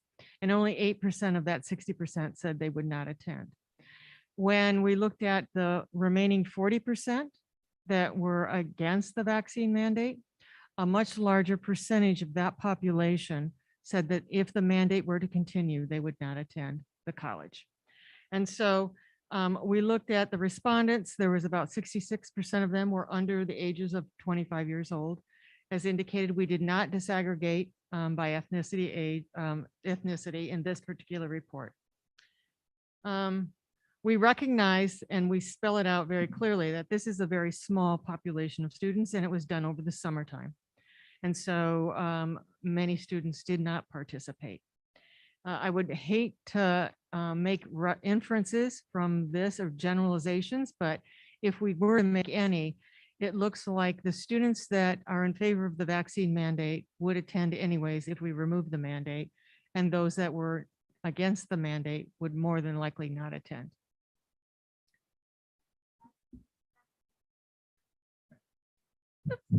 That's what I've heard. Trustee McKay and I happened to go to one of the Moore Park Academic Senate, not Academic Senate, but academic student body government meetings. And students were saying that. I remember very clearly that they were saying, we're vaccinated, but we don't want to take the opportunity to those who don't want to be vaccinated not to come to our school.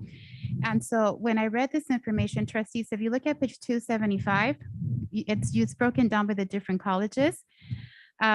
You have 83 students. So from the entire survey of 2,200 students that were surveyed, 83 students said, we're not going to go if you go ahead and continue with them, if you remove the mandate.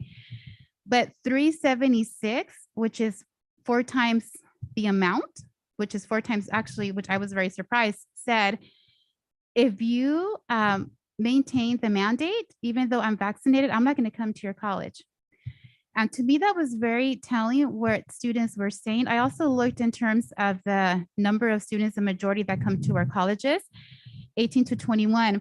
And I know that at the K-12s, it's not mandated for them to be vaccinated. So when we look at our student population, and I'm going to reference also to the report that's going to be on 18.01, because that was also very telling. That tells us a number of students, or the ages of our students that attend our colleges, which is very much aligned to this small sampling. The students are accustomed to being able to go in person and not being vaccinated. And when we look at our declinement of enrollment, these students that are coming into our colleges now have to be vaccinated or not attend. So they could be going to College of the Canyons, which is very close to us. They could be going to Pierce College. And so I look at the decline of enrollment. I also look at where we were a year ago. I remember July of 2021, we said, we don't know what we're going to do. We saw a surge, and immediately August 10th, 2021, we said we need to have a vaccine mandate because we need to keep everybody safe. At that time, there was still a mask mandate. People were not traveling, and if they did, they had to wear a mask in the airplane wherever they were. We were not really going out to eat. We were in very different times. And so now we have people where the mask mandate has been lifted. It was lifted this year in March. People are able to travel, and they can be sitting down next to someone who's not vaccinated, and someone can choose to wear a mask if they like to or not. It's however they feel more comfortable. People are able to congregate in large gatherings, go to a concert, get together with friends, go to a conference, and not know if someone's vaccinated or not. So when I look at the data, so I'm going to ask the trustees to look at 18.01.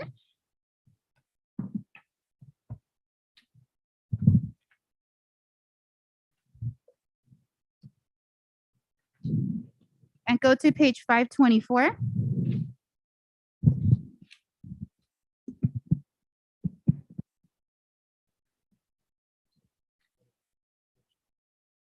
It would be the institutional effectiveness document.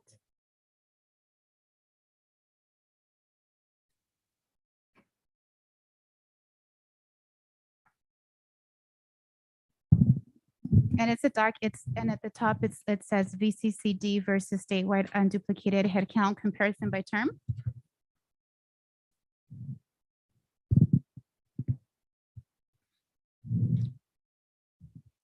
And again, it's page 524.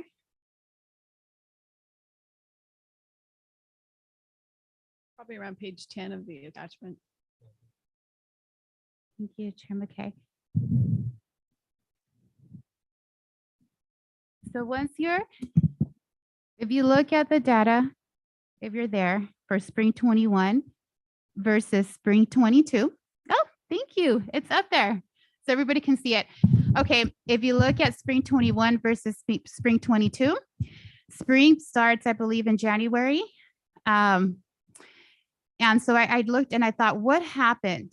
I know there was already a decline in enrollment, but if you look at the numbers, because I like to work with numbers more so than percentages. And when we see that in January of 21, we had 31,689 students enrolled. And this spring, we had 27,881. I said, what happened? What happened is what I believe could have impacted August 10, 2021, that summer, we adopted the vaccine mandate. And so our students were able to finish the fall semester of fall 2021 because we granted an extension. The vaccine mandate was to be in place October 15th, but we said for our students, we're going to go ahead and just grant an extension. They can finish their semester, but spring of 22, they cannot come back to our campus if they're not. Battery? Hello? Okay. So when I see those numbers, and I say, I know that as trustees, we've done everything to keep everybody safe, even as hard as it was. I think a year ago, we didn't have therapies. A year ago, we were very scared. We were still very much sheltering in place. We hadn't seen loved ones. It was a scary time. We thought this was going to be over a year ago. And moving forward, we don't know. But what is true is that we've lost a lot of our students, and some of our students come to the career technical education programs. They might not want to transfer, but they want to get a skill. So they're able to get a good job here in Ventura County. And for different reasons, they might not want the vaccine. And for me, when I saw those numbers, I said, wow.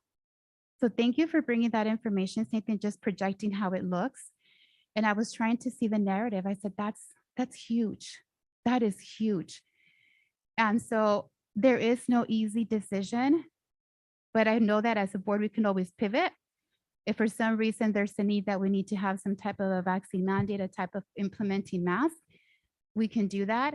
But at this point, looking at the numbers, looking that our students are not here, our babies, who we are responsible to be able to help as much as we can. When I see being at the K-12, seeing our students that are not required to mandate, to get a vaccine because the mandate's not there. I see also our colleges nearby, what they've done. I know we were among the first during that time to say, we're going to put the vaccine mandate because this is what we believe to be safe. And then some of our colleges follow suit after that. And so right now, some of them have decided to rescind it. We've taken some time to just step back because we're seeing, we got to see how things are going, how it's going to look like. I know that there's been a lot of work. I'm also interested in hearing from the work group that put together some recommendations. But I just wanted to make note of the data, because sometimes we just really need to look at how does it look for us and our students. And I just feel for myself that it might be time that we look into rescinding our vaccine mandate to bring some of our students, given that opportunity, given that times have changed very much since a year ago. I'm open at this moment to really explore, because do we wait another semester? Do we wait? So that's kind of where I'm at. What I didn't do, what I was supposed to do when we got to this, not only I skipped it, and then I skipped to the part where Dr. McLennan was going to tell us about some of those work groups and what they did. And so I'm going to backpedal to what I should have done in first and get staff input from Dr. McLennan, our chancellor, and then we can go back to some more board discussion, and we'll probably take a break because I overhydrated today. So we won't get to the end of this item without that. So.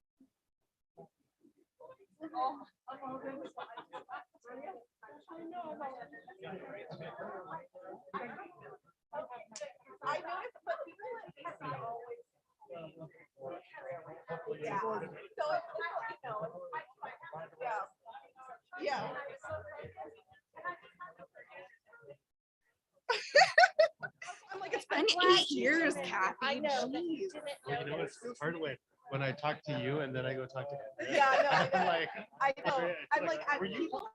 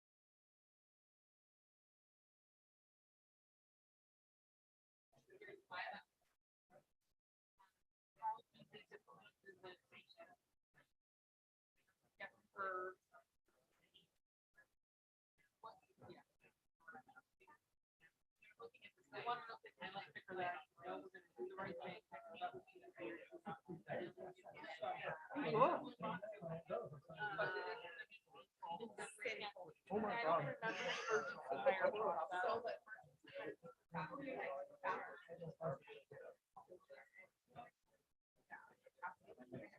Okay.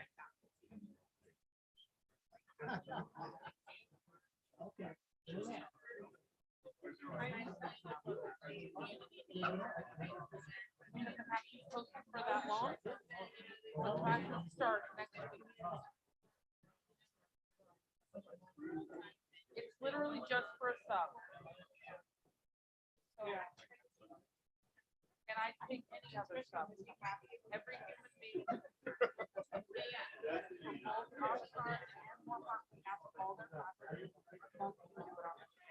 So the opportunity in our district is possible.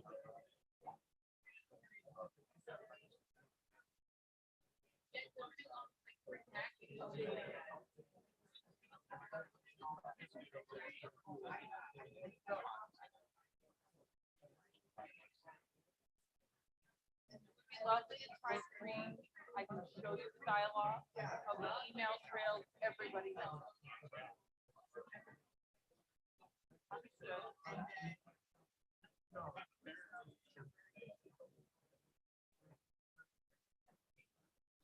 So they apply, what do they have to do? Have to screen. They only have to be M2. Okay, so they can, got it, so they need M2. They have to do an interview and then submit. Quite frankly, if they find 2 or 3, I'm thrilled with that. Because it's gonna be a longer term situation. Okay, and I'm happy to show you where all, I've done the science. So I reached out and I thought I had it solved and I thought, yay me. What I did get solved is everybody else was having problems. This is a great idea. And I'm glad for all of them, but our one subbing problem that started the thread did not get solved. Now I think all the teams are going to collaborate, so that's great across the district, but we're in a tight spot. Okay, so if we can post for free, then I can postpone. Okay, so on day 1 of class, does it matter who goes to hand out the syllabus? I worry about canceling day 1. Whereas we lost a trustee. I don't know. I was gonna, is it statistic? Yeah.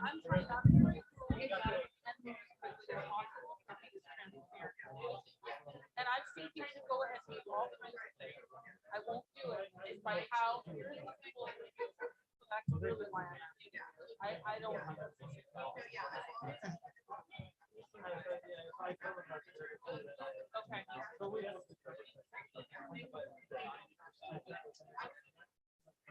Okay, we are, go ahead. I know you gotta have your caffeine.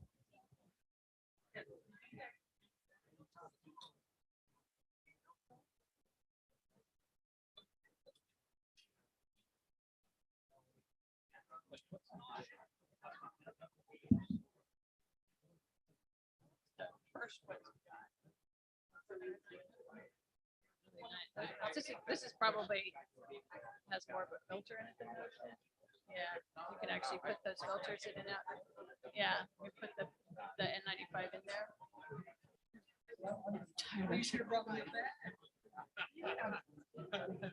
I'm gonna be there Friday.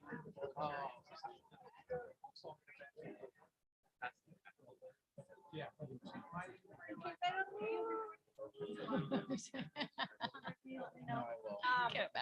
Somebody said, let's. Okay, if everyone could make their way back to their seats. I knew he was coming. I didn't see him come in. So I actually knew he was going to be here. So. Okay.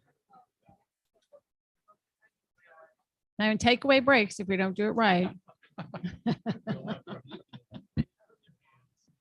All right. Okay, so we're in the middle of our discussion of 1301, but I was supposed to go to Dr. McLennan first, and I did not. So I'm going to go to him now as we kick it off again. And then we'll get back into trustee discussion. Thank you. Good evening, everybody. And I guess I'll just start by saying that after the past meeting and the discussion that was already been described, which was, as many of these discussions have gone throughout the pandemic, they've evolved over time, but essentially there's just been some themes around information that's been interpreted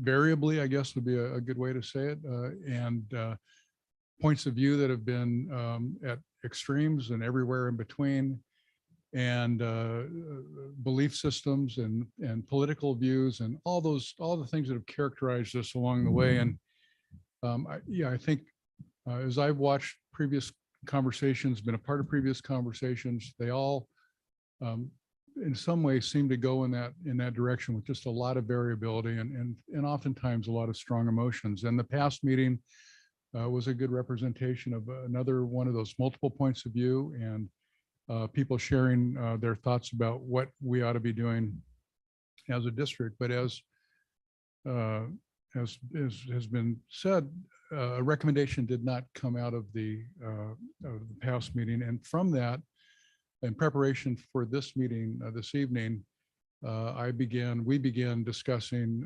internally, first at the district with my cabinet, to start thinking about the review of this policy decision that would be coming to the board this evening, and the possible decision paths that board action may or may not take.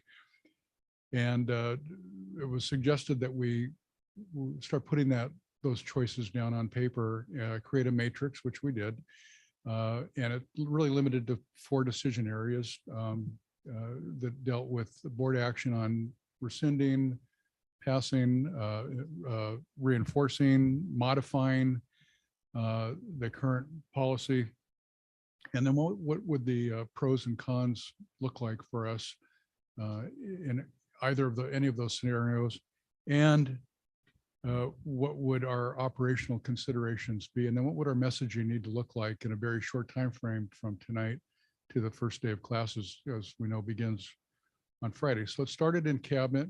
We invited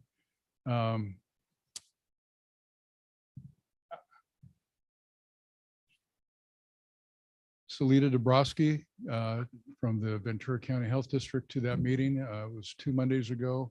We had the college's health coordinators present at that meeting as well. And again, had another very robust conversation, got some good information about where the county is in its recommendations, and where the school districts are, where the health district is with its own personnel and operations in terms of vaccine and other requirements related to the pandemic.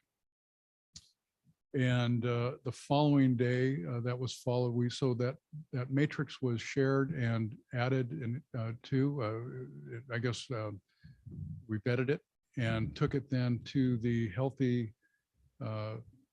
Return to Campus Committee the following day, which included the health coordinators again, and the group of people that have been helping us through the pandemic with protocol considerations, all along the way.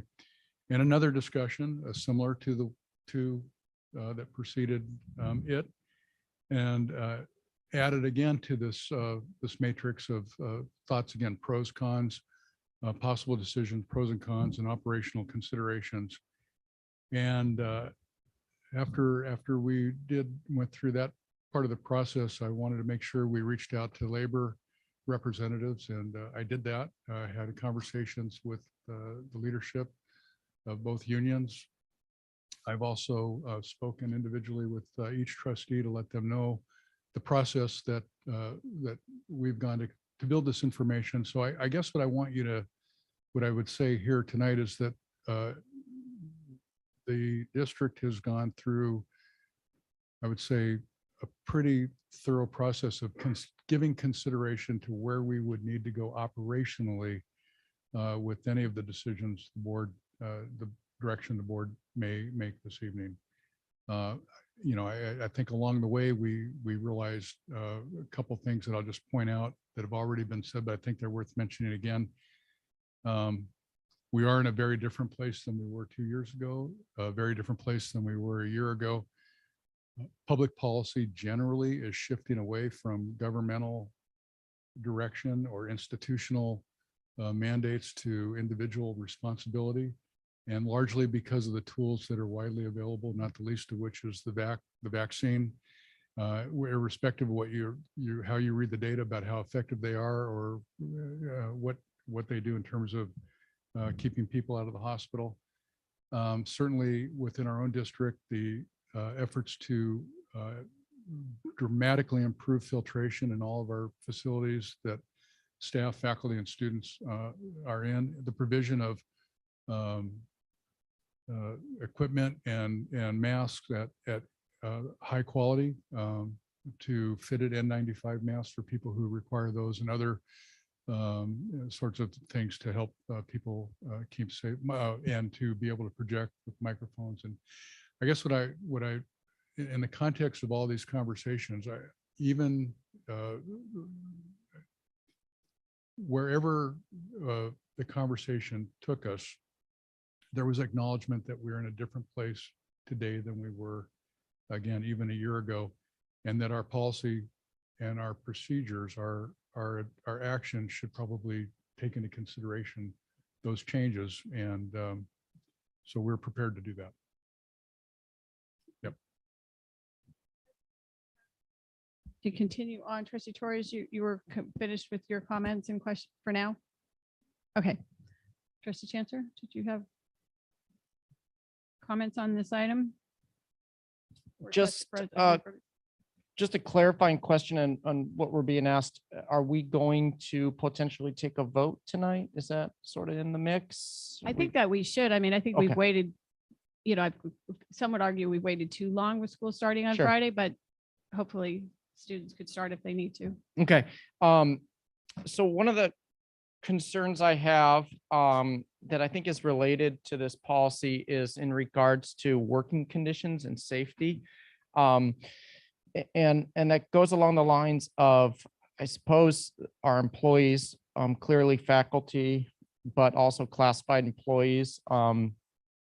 Right now, we don't have a mask mandate and it's optional, but I'm wondering if there's interest, and I think I have some, that if a faculty member or classified employee that is working with students that may or may not be vaccinated or unvaccinated, we'll never know in some cases, but they can implement so let me give a scenario. That's probably a better way of doing it. Let's say you teach, art, ceramics, and you have 35 students in a classroom. As of now, I don't think a faculty member can say, well, I'd like to, because of personal reasons, somebody that is compromised at home, a newborn baby, whatever the reason is, can I guess the word is mandate or ensure that everyone can be masked in my classroom. So as we open it up in some ways for lack of vaccination, are there options for, I'd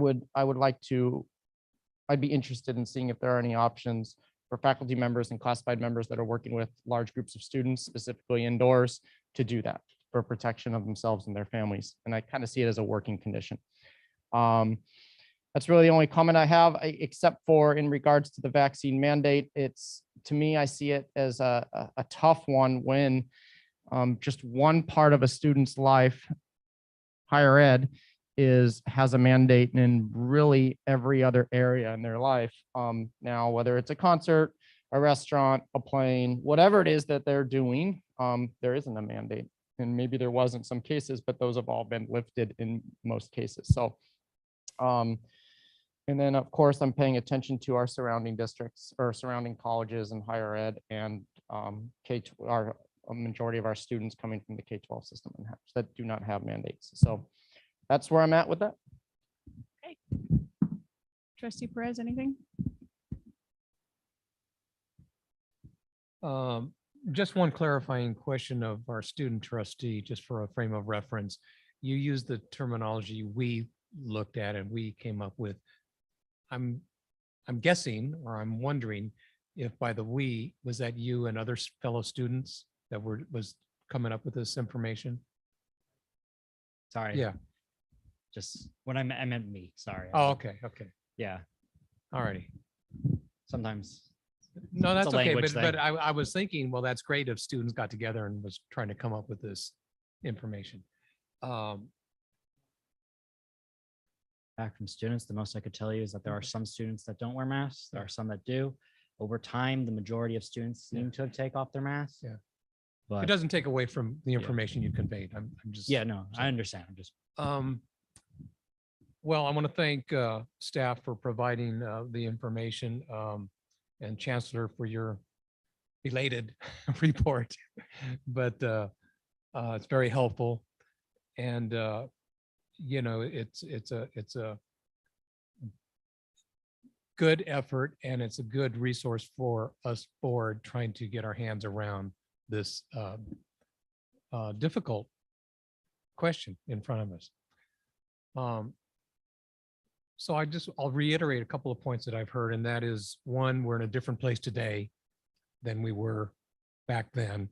We didn't know what we were getting into. We didn't know what we didn't know, and we were pivoting, as somebody said, you know, regularly, all, as others have acknowledged, in the best interest of providing a healthy and safe learning and work environment for everybody. And we still want to do that, I believe. But because we're in a different place in time and circumstances are different, and enhancements to the learning and work environment have been made. And plus, I'm living my own experience out there, and I find it difficult to separate, or not separate, but I don't want to be in a position of saying, well, you know, you do as I say and not as I do. In the real world, I've been to certain events that used to have the vaccine, proof of vaccine requirements to participate. That's not done anymore. There's a strong encouragement. If you want to attend this event, please be considerate of your other attendees and take a test. And if you prove negative, don't show up. And certainly you're free to wear a mask, whatever you're comfortable with. And that's with an indoor or even outdoor event. And you know, the other experience just recently, it just dawned on me after the fact, my wife and I went out to eat, which was a recently rare occasion, you know, given the circumstances. And only afterward did it dawn on me, well, wait a minute, we went to this public place, not in close confines as students would find themselves, you know, sitting by desks next to each other, but in a relatively confined space, and didn't think anything of it for a couple of reasons. One, we are vaccinated, we are boosted, and we see the statistics of how much of the county has done the same. And at this point in time, I have greater appreciation for the argument of the impacts on one's freedom of choice, freedom of action. Initially, I was very, very conservative in my approach to the situation for the reasons I stated earlier about providing a safe and healthy work and learning environment. With the physical improvements that have been referenced that we've made, I think we were much better ahead in that regard. The statistics that Trustee Torres pointed out in a way that I wasn't able to see it was very helpful, because it did put into, in my view, a proper frame of reference of the impact on students' ability or willingness to attend classes, and the harm, as our student trustee mentioned, that it has on real lives of students. of all age levels, you know. And so,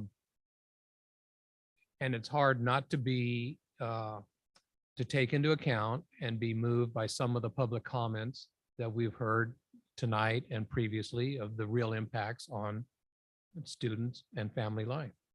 And so I think a large part of what I was responding to in making previous votes was the professional expertise of people that this is their business. Because, you know, I can make my best vote based using my best judgment on the best information that comes before us. And I think the information that has come before us today leads me to believe that I can support relaxing, if not removing, the vaccine and mask mandates, and trusting and believing, not just trusting, but believing that as a community, there is a greater awareness that we are all in this together, and that people are mindful of that and respective of other people in their close environment. And part of that would require us to continue an aggressive education and outreach effort to let people know, you know, that not just make a decision if we end up making the decision to change BP 3506 or abandon it, but to be aggressive in communicating why and what we would look for in the behavior of people coming on campus. That's it. Perez brought up public comments. I mean, and we listened to the verbal public comments, but written comments I didn't summarize or refer. And we did get some thoughtful written comments other than one. They were all regarding the vaccine mandate. And apart from two, most of them were either didn't want to be us and have to make the decision, or thought that it was time to relax the vaccine mandate and look to more personal responsibility in those decisions.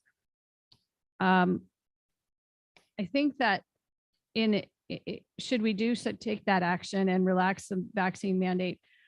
I did hear Maria Urenda address us that, you know, how do we deal with, and what Trustee Chancellor said, our faculty and our staff that work with students every day and their working conditions, and they're typically bargained items. And I think that that's probably the right place for them, but school starts in 3 days. So we have a reality there that what is realistic. And, you know, I think it's realistic for a faculty member or a classified member that works with students to ask to put a sign on their office door if you're classified to say, you know, it's my personal wish, you know, request that you wear a mask in my office, not a mandate. I don't think that if we lift this policy, we have taken that mandate away, but I don't think that there's anything wrong with a faculty member or a classified member asking people to wear a mask when they're in their classroom or in their office. And I think our students are very respectful, and hopefully they would respect that request. It's particularly if it was for health reasons.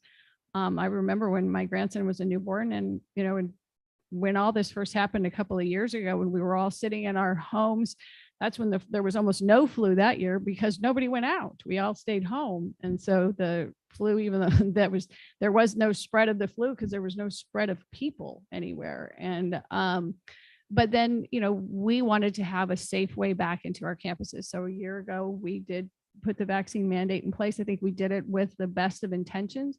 And so I think as we step out of it, if we choose to step out of it, that we do that with also the best of intentions. One of the public comments was about in the nursing program, they may have different issues there with their work that they do, because I know when I go to the doctor, I still have to wear a mask every single time.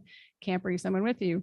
As you all know, I spent some quality time in the hospital in June, and you have to wear masks every minute that you're in the hospital, although you don't have to be vaccinated. One of the orderlies that took me down for x-rays and was in close contact with patients was one of our Moore Park College students that was unvaccinated. So even in that condition, it was considered safe. We had masks on, and I don't think the hospital wanted to put me in harm's way by doing that.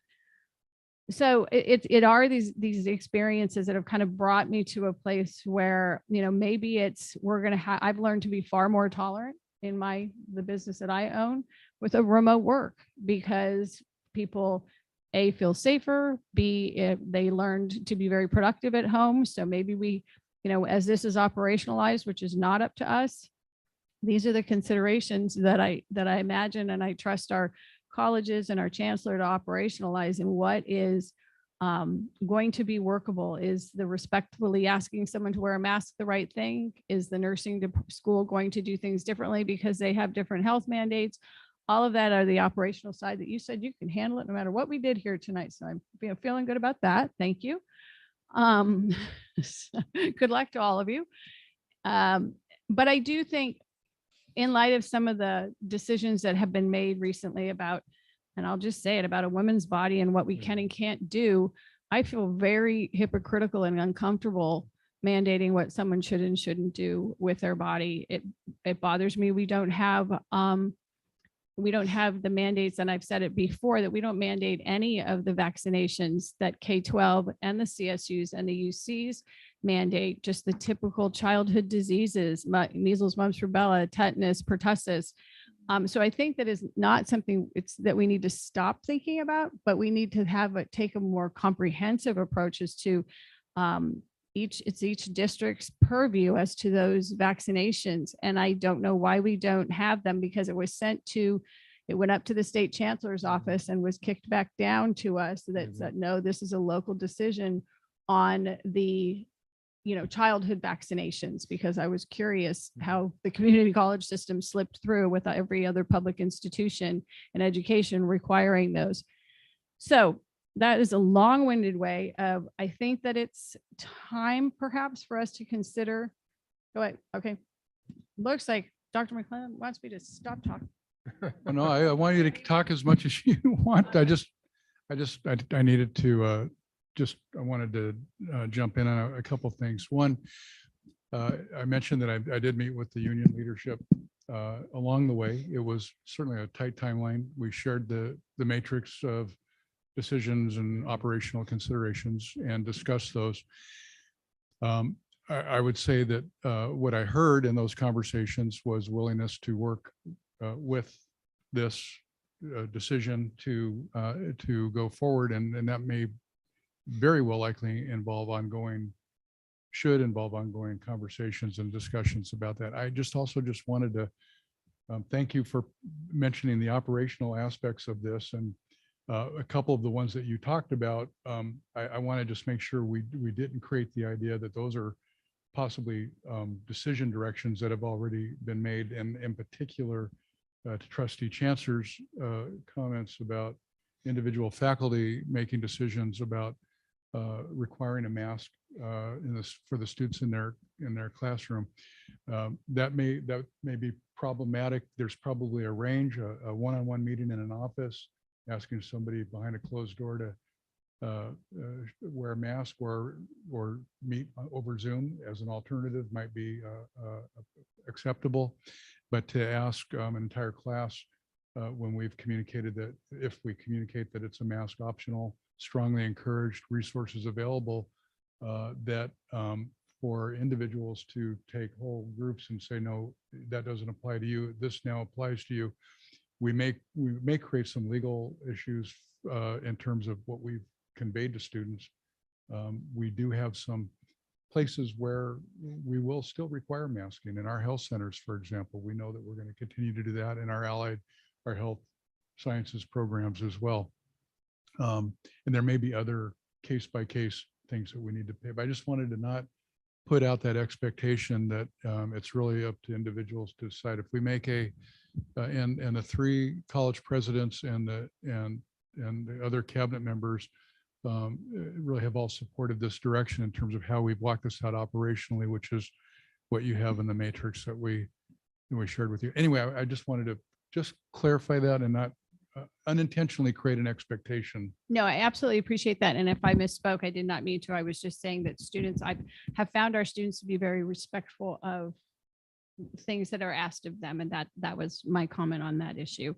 Well, if I Um, can just follow up on the chancellor's comments, I think throughout this whole experience, the district and the board and our bargaining units have been respectful of each other as well in coming up with how many MOUs have we had and extensions, and I would hope that that outlook, as you alluded to, Chancellor, will continue into working together to make things work.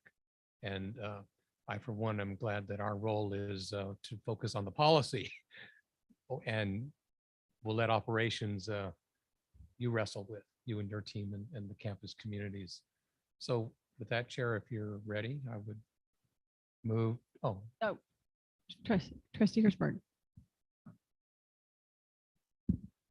My points. I mean, I did not mean to call anyone fascist, if that's how you interpreted it. I do truly believe you all have best intentions, and you clearly have all spoken of that. I just wanted to make the point that the actions that we make can be used by others for malicious intent. Whether or not this be true here is debatable. Whether or not it sets a precedent is another. But I think it's time we vote. Oh, Trustee Perez. yes, I would move that we rescind board policy 3506. Okay, it's been moved and seconded that we rescind board policy 3506. Is there any further discussion? Trustee Chancellor, you're going for your mic. Is that to, yeah, okay. It's been mentioned, but I just hope that on the operation side, and it sounds like that's the direction we're moving in, that we continue to work with our managers and our classified and faculty labor groups to figure out a way on the operation side, the details of what this looks like to make sure everyone's as safe as possible. So that would be my only ask. I would agree. And my only discussion point is that it doesn't go far away and buried, that we keep an eye on what happens. If we see, things spike on our campuses, that we are ready to react and do what is necessary to keep our campuses safe. We're doing this with the same, if we do this and vote, it's with the same good intent of what we did in the first place. All right. So with that, student trustee, please vote. All those in favor? Aye. Aye. Okay, motion carries 4-0. Student trustee, yes, with his advisory vote. And thank you, Chancellor, and thank you, all of you. I know that this is 3 days out of the school starting, and I thank you for all that's ahead of you and successfully getting it done. Okay, so now when I skipped everything before, now we'll go to, we have an action item 1501 to approve the international travel for the faculty members.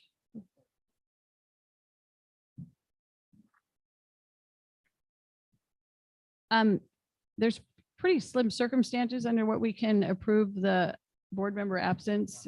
So I just didn't, they don't exist here. So sorry.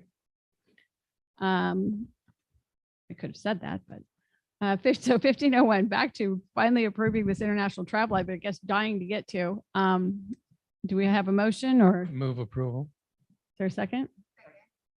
It's been moved by Trustee Perez, seconded by Trustee Torres, that we approve the international travel for the faculty members. Is there any discussion? Just a great opportunity, and a lot of these, they've been great coming forward recently, these opportunities.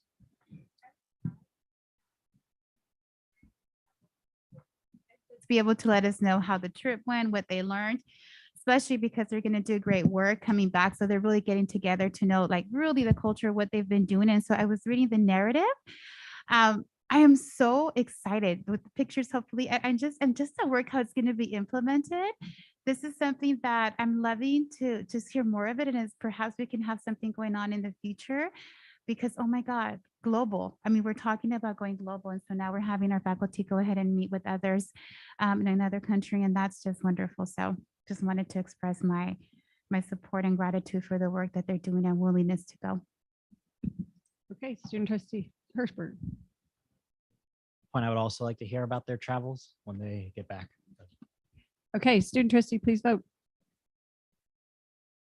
All those in favor? Aye. Motion carries 4-0. Student trustee, yes. 1502, action to approve the Oxnard Facilities Master Plan. Dr. Al-Fatah, you have some introductions? Yes, we have George Walters from Cambridge West Partnership and also Larry Frapwell and Megan Gauntz from HPI Architecture will present the Oxnard Master Plan. Well, good evening, trustees, Chancellor McLennan. Thank you for joining us in the California system. We're glad to have new, fresh blood come in and help us in the system. So I'm here with Megan Gauntz and Larry Frapwell. We had the pleasure of working with Vice President Renberger at Oxnard College. And I want to thank him and the entire Facility Master Plan Committee for treating us well and really working as a team. They're not on, or could you speak a little more into it so people at home can hear? There we That's go. better. Thank Okay, you. sorry. So we'll have a short presentation. I believe you have the draft of the Facility Master Plan. So I'm going to, yeah, it's not working, Chris.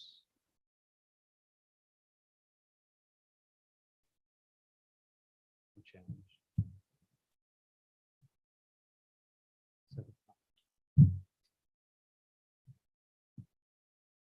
Give you dead batteries. We can change it. We're going to go through this rather quick. That was our direction we received anyway, so we'll do our best.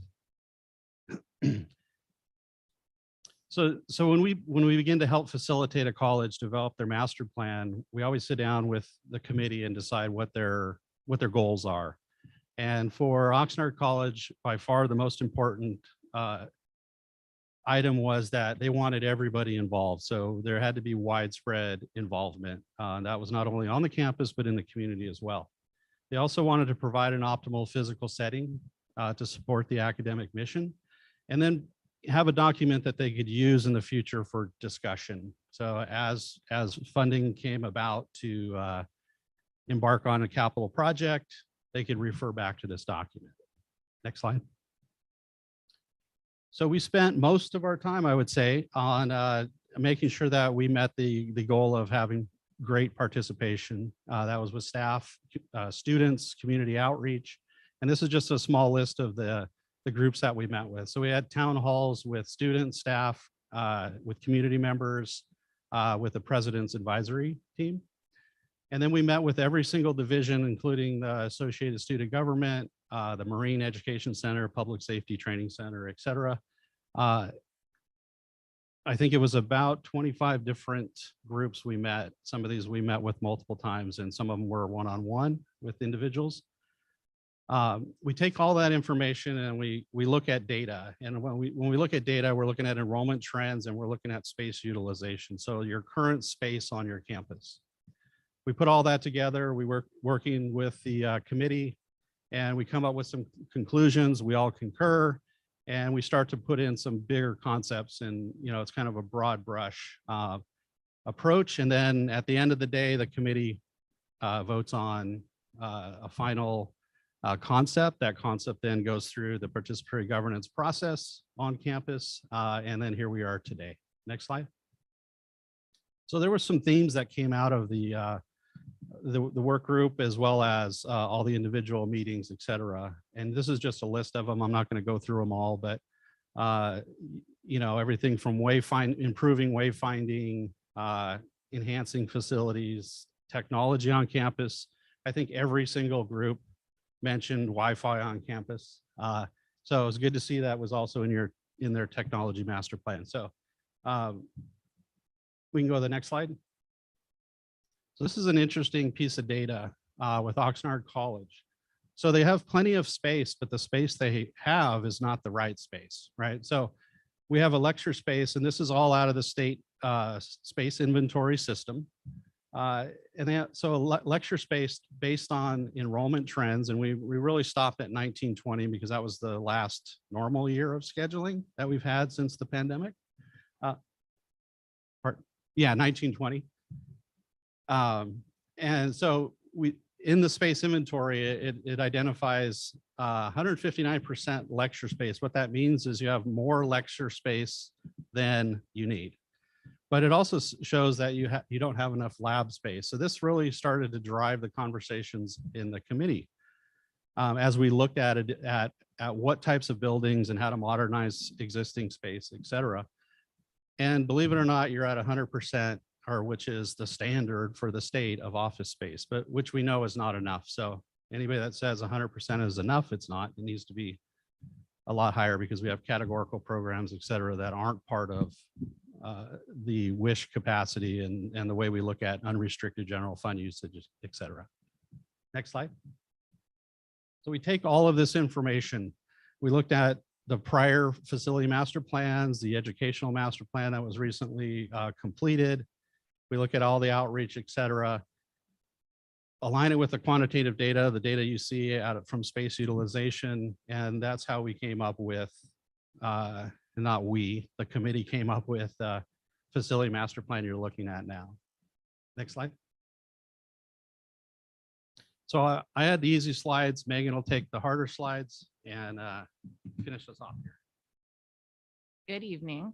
So when it comes to translating all that data into the vision, so everything that George just talked about, all of the meetings, all of the input from the internal and external community, and then all of the data from the EMP and really hearing about how programs are looking to evolve and really where the needs go, we come up with the master plan. When it comes to your service area or the service area for Oxnard College, there's currently 3 sites that serve the community. We have the main campus, or what we call the main campus, the site at the harbor for the Aquarium and Marine Center, and then we have the Fire Technology Public Safety Department.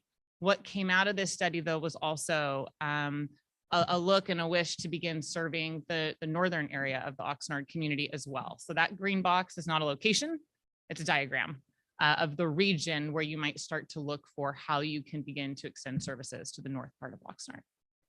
Next slide, please. When you think of what the campus looks like today, this is the campus map. So all of those buildings in white are existing facilities. We have parking to the north and the south, and essentially an academic core in the middle of campus. Our athletic zone is really essentially off to the east there. And this campus today, as George said, is serving your students well, but maybe a little unbalanced in space.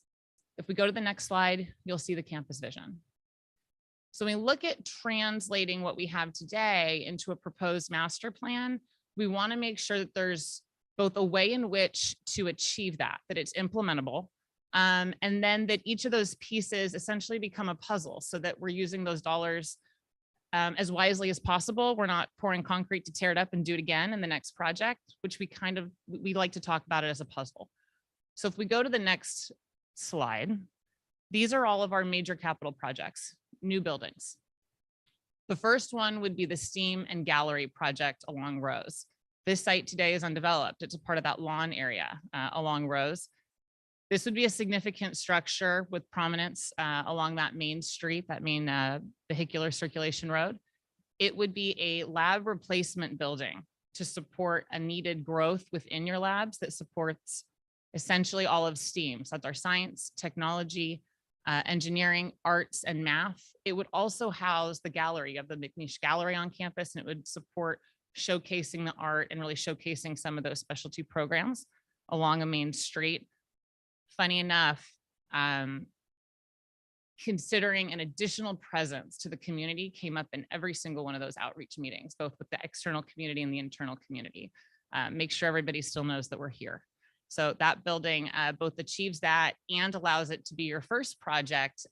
We think it would be state funded, or excuse me, eligible for partial state funding. And it essentially becomes that keystone project. It doesn't have an impact in the sense that you're not displacing another program on campus to begin construction. The next project we have is the Welcome Center. So that project doesn't work. So that project is our yellow rectangle in the middle at the bottom of the campus core there. Thank you. That Welcome Center would move our associated student body. It would be an area for culinary arts to come into as well to provide some food service there, maybe a coffee shop. It'd become the front door for your students as they come in from that south side of campus. Your community recognizes the north side of campus by administration and performing arts as your ceremonial front door. An iPhone might take you there. When you come for a performance, you might go there. All of your students recognize that south side of campus as their front door, how they enter campus and how they go to their classes. That further strengthens it.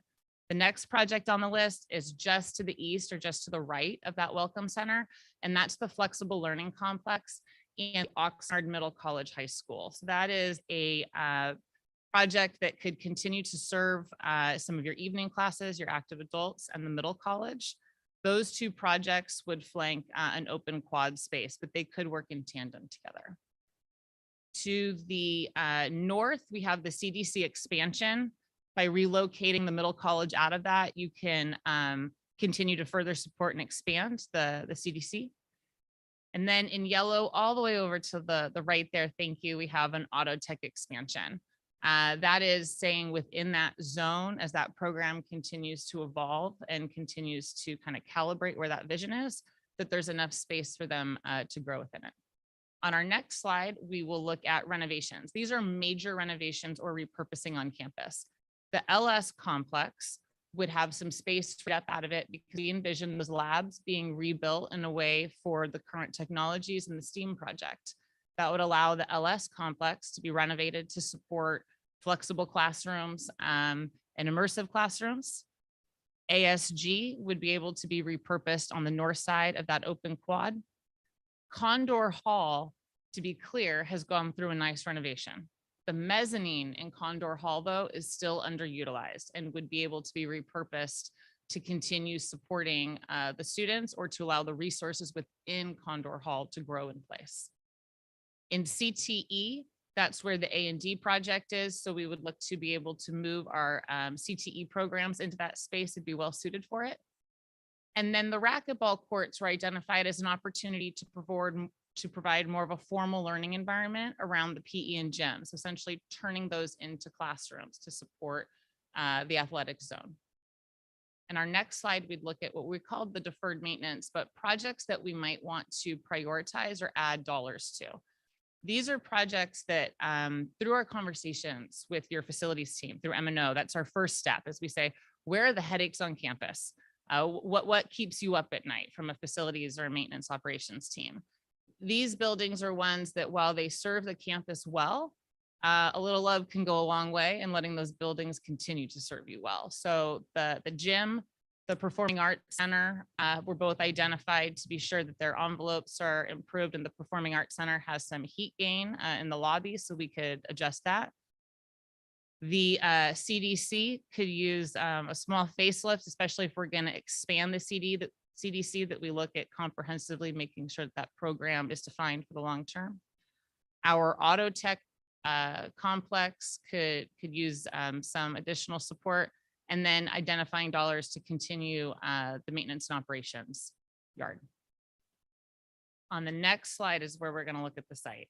So as architects, we like to think of the campus, the creation of that collegiate environment comes through the care of each system. So if you think of a campus like a cake, every layer of that cake needs to taste good, right? The cake, the frosting, the filling, the sprinkles even need to look good. It needs to be aesthetically pleasing, but it needs to work. It needs to taste good. When you put all that together, though, that's when the cake is kind of that wow moment, right? It's beautiful, it's edible, it all comes together. Your campus needs to work in the same way. Cars, people, buildings, open space. Individually, they might work. Together, though, is where you're going to create that magic of a collegiate environment. And that's where you have the opportunity to create that space that allows students to hang out just a little bit longer. These projects are improvements that support the campus. They're a part of the puzzle that you can add into some of those building projects, or ones that you can identify as independent projects. The first one is relocating the loop road from the interior along the campus quad to right up next to the fields there. It essentially moves that loop road to the outside of parking, allowing a safe pedestrian circulation into the core campus. It also allows us to balance parking around campus. Instead of it just being at the north and south, we're bringing more parking into the core of campus to bring students closer to where those powerhouse academic facilities are.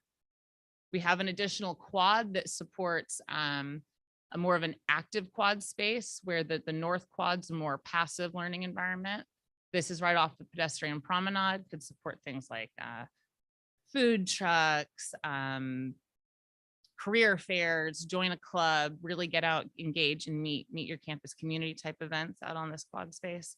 And then the pedestrian promenades, just further strengthening and really improving wayfinding so that some of our select locations on campus, like student services or Condor Hall, no longer become the pull over and ask for directions locations, but that it becomes easy to use your campus.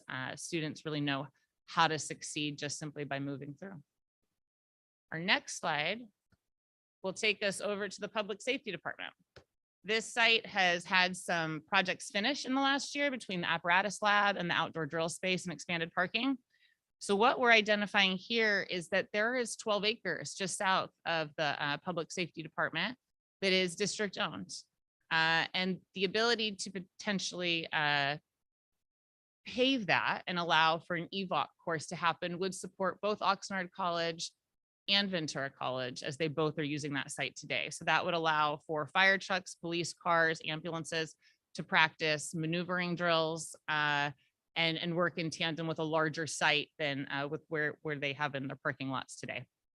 We also think there might be an opportunity to improve signage and visibility along Pleasant Valley Road or Las Posas to just say, hey, Ventura Community College District is here, and here are our public safety programs across the two colleges. At the Marine Center, what we've identified is that, on the next slide, that you have some wonderful programs happening there between lecture lab, the aquarium, and community outreach, and that the college is actively in conversations to identify if relocating, since that's a lease site, to a more permanent home is the right fit, or if any of those uses come back to the main campus, or what the right fit is, and they'll continue with those. And lastly, on our next slides, a budget. So a master plan, we said it has to be implementable. So on the next slide, what you'll see is where that bottom line starts to fall out. We use a third-party cost estimator to create a high-level ROM approach to each project. Those become project costs, not just construction costs. And then those are set in today's dollars. So those are Q2 of 2022 dollars, meaning if that project comes online in a few years, you need to project that dollar out. But essentially, a project cost is now associated with each one of those building projects, your site improvement projects individually, and then infrastructure and site amenities. So currently that total is in at just over $240 million, we're conservatively looking at a 40% state match for that STEM project. We would bring that local value down to approximately $216 million. And with that, I think we'll open it up for Q&A. Tried to be fast. I know that's a lot of information. Job, thank you. Trustees, questions? Trustee Chancellor. Thank you for the report. I actually have a question for staff, but it's connected to this facilities master plan, and also because I think we're 2 out of 3 down. We did Ventura, and I don't know if Moore Parks is coming or if they're on cycle. They're okay with where they're at right now. Okay. It's not impending. So my question is, in our budget or in the the report that we had, item 6, we always get a list of the projects that were approved to receive state matching funds. And the last one was the Moore Park College Administration Building. And I guess my question is, there's a number of projects listed here in this facilities master plan. Do we automatically as a district put those on a list, send them to the state, and fingers crossed that we get matching funds? Or where internally is the decision made? Because I don't think as a board we make that decision. It sounds like it's an operation decision, or maybe it's a collaboration between the state and the district. So I'm just trying to get some clarification from the projects needed to requesting state matching funds or full funding from the state. So I'll comment first, and then maybe our guests will also comment. So the board approved a month ago or 2 months ago the 5-year capital outlay plan.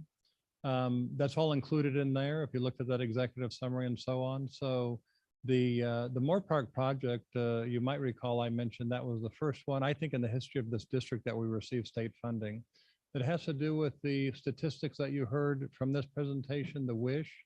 Our classrooms are overbuilt and our labs are underbuilt. And so when the state looks at issues, it appears that we have more space than we need, so they're not going to fund it, right? So Cambridge West, actually, one of the consulting company does do some work for us annually on the 5-year capital outlay plan to get some of those numbers more in alignment and so on. But that's an internal issue of what might be available for state funding based on our internal knowledge and based on the advice from consultants and based on the advice from the state chancellor's office. We have a representative there that we work through, and then we would bring those forward as an initial project proposal. If it's approved by the state at that level, then it comes forward as a final project proposal, which happened with the Moore Park project.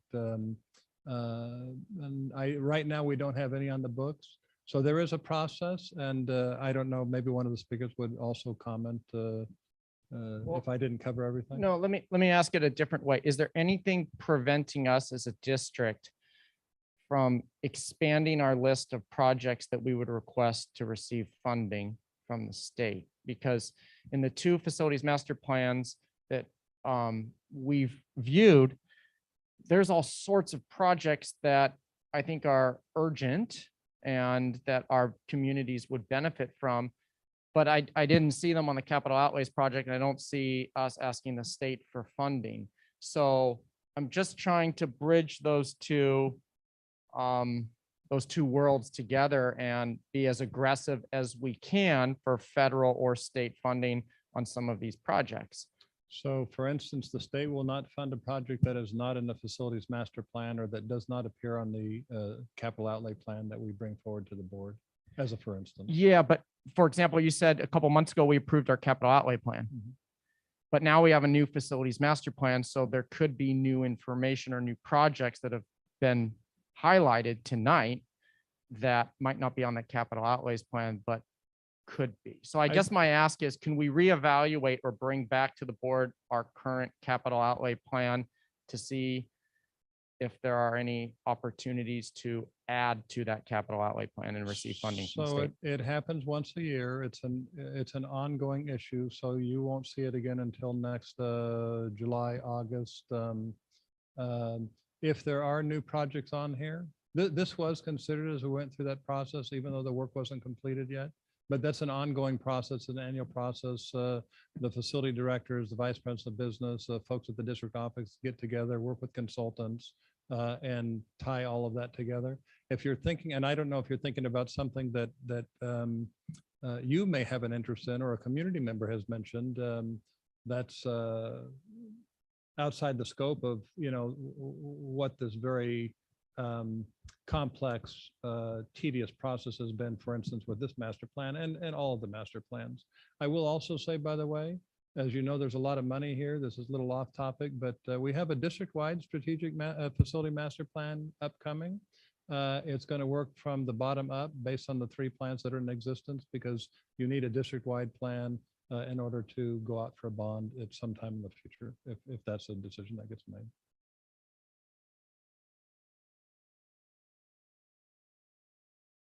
Then maybe speak to Trustee Chancellor's interest of how do we gather all these up into consideration in totality. I think that's in current totality with needs as they're emerging. Yeah, I just want to sleep well at night and know that we're not asking for everything that we could ask for from the state and federal government. And if we could add to our ask list or our needs list, because when I look at in the presentation tonight, the projects that were approved across the state, a lot of them, they're exciting, fine arts renovation, plant facility, all of this angle. So I just want to make sure, and if that is the case, that we are requesting as much financial assistance from the state and federal government as possible. Great. If we're not, I'd like to review our policy to make sure that we are doing that and we're as inclusive as possible, including taking information from this board and part of the process and embedding these two new facilities master plans. That's what I'm concerned about. We are doing that. I just will add, I've been here 6+ years. Our facilities usage was at 300% because we spent a lot of bond dollars, 232 million out of 300 million. I don't know the number off the top of my head. And we built space. We built beautiful large classrooms that are pretty large for the standards that are provided by the state. So that has prevented us from going to get state funding. That's a building challenge that we've had to deal with, which again, we can tweak some of those things as time goes on. We can make sure the spaces are measured properly. We can, as buildings come down and get rebuilt, that changes and so on. So we're doing everything we possibly can. It's in everybody's best interest to get state matching money as much as possible. We're not interested in leaving anything on the table. I'm just saying it's pretty, I'll say it this way. It's pretty sad that we have state matching money of $4 million for the first time since 2000, when all of these other dollars are coming out that you see on the chart that you're referring to. So we're doing a lot of internal work to get to a place that we can ask for as much as possible. And I used to be on the statewide task force that I won't say makes those decisions, but works through the process. So fire life safety, for instance, gets a higher priority than others. It used to be, by the way, 10 years ago, the state would fund 100%. Now it's way more competitive because of the dollars that are available at the state. And for instance, the district might have to commit to funding 60 or 70 or 80% of the building, but at least we can still get something from the state. So there's a lot of complexity to it, but I assure you that we're doing everything we possibly can to receive state money, especially when we're going to be building new buildings, because we don't have the funds. As you see on this list, we don't have the funds today without going out for a bond to do this kind of work at any of the campuses. Sure. Okay. And then I appreciate that. That's really helpful. I'm wondering, and this is a question for our guest presenters, was there any interest from the community, internal and external, to include a pool? And I say that because I know our partner high schools, swimming programs are huge, right? Water polo, other forms. And we lose, I think Oxnard College, I'm making an assumption here, probably loses a lot of students that go to Ventura College because they have not their own pool, but they have a partnership with Kimball. So I'm just curious if that was included in it. As an ask. I'll mention that it was not, and the reason is that the city of Oxnard has announced that in College Park, part of the property that's immediately adjacent to us, that they intend to build a state-of-the-art swimming facility. And our partnership with the city, especially with the city manager, part of those plans are to create that relationship so we can all have course offerings using the city facility rather than creating our own. Best news ever. Thank you for that update. Appreciate it. And that's all I had on that. Thank you. Yes, and just so that I am sure I understand what Vice Chancellor Belplatal was saying, a lot of part of the response to Trustee Chancellor's interest, which I share in a lot of these, let's go get every penny we can for every project that we want. We're constrained by just the state formulaic process. So that's a hindrance. So the reality seems to me, and not just for Oxnard College, but for the other two colleges, if we want to fully implement these grand facilities plans, we would be likely looking at another bond project, right? Bond program. Well, and yes, Yeah, in large. Yes. Okay. Thank you. And I say that because any one of us has over time referenced if and when another bond program. For the consultant team, how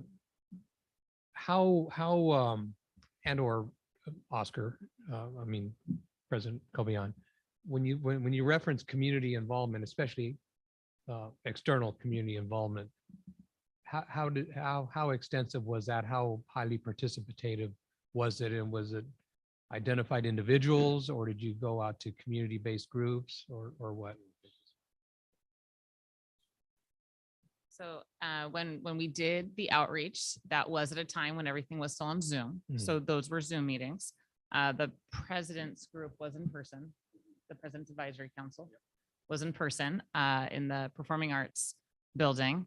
And the college was highly participatory in the community outreach meetings, meaning the college took it upon themselves and our facilities planning group to be the ones who asked. So what we did is we had a Zoom meeting where we kind of gave an overview, and then everyone was broken up into groups where they could have more of a one-on-one conversation with members of the college. There were questions about facilities, sustainability, safety, what's your favorite thing on campus? What would you change? All done at a one-on-one manner in focus groups, and they all got to come back and report back. And Chris, how did we invite each of those community members?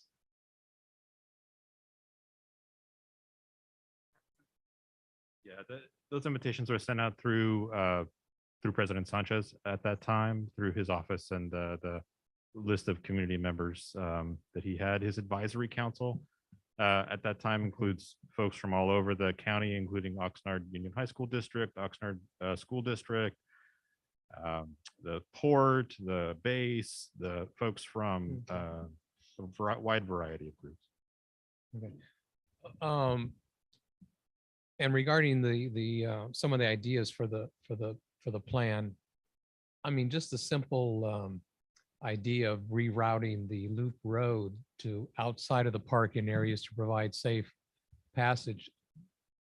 I mean, what a simple yet brilliant idea, I thought. And I think I heard you say it.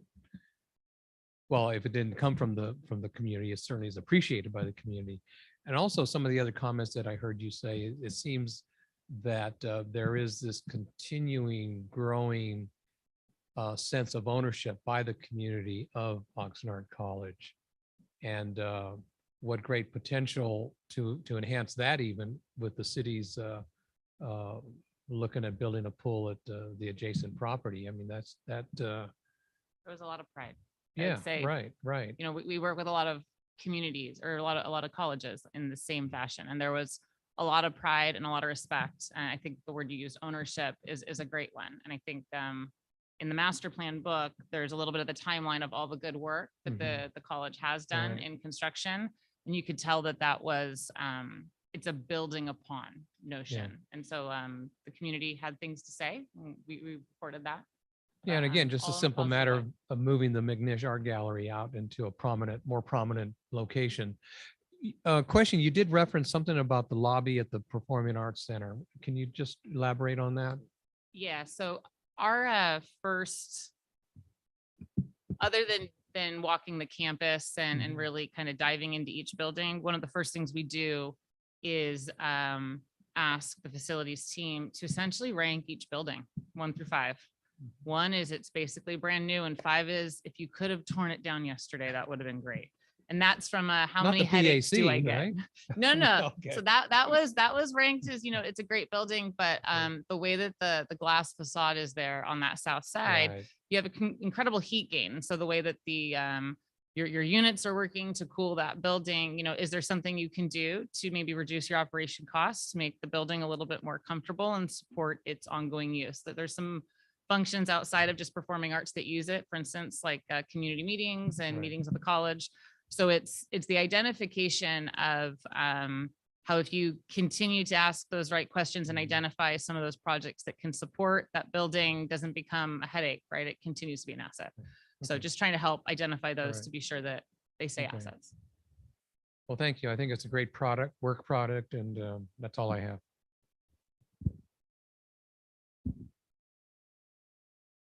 A little bit on the questions that Trustee Perez mentioned. This is more for Oscar and for Chris. Do you know if part of the community groups were some of our grassroots local organizations from Oxnard? I know we mentioned some of the different administrators that hold positions in different organizations of our county, but did we also invite some of our community members from grassroots organizations? So I know that we had numerous nonprofit organizations, El Concilio, we had our local radio station, We also had VCOE, and I'm trying to think, I'm running through the list. We had a really good representation of also the YMCA, Boys and Girls Club. So we had a good wide spectrum of voices and support. So it was a nice conversation and being able to share what the possibilities may be for Oxnard College. Did you by any chance have the group, I want to say Padres Líderes, and there's some of the parents that came and presented to us about the ESL classes at Oxnard College, and they're actually an organized group, and they're very involved in the community, and so they're great allies and great support. Do you know by any chance they might have attended? I'm not sure about that group, but I know that MyCop was part of the other one with the Zoom sessions. So not the president's advisory group, but definitely MyCop was in attendance for one of the sessions.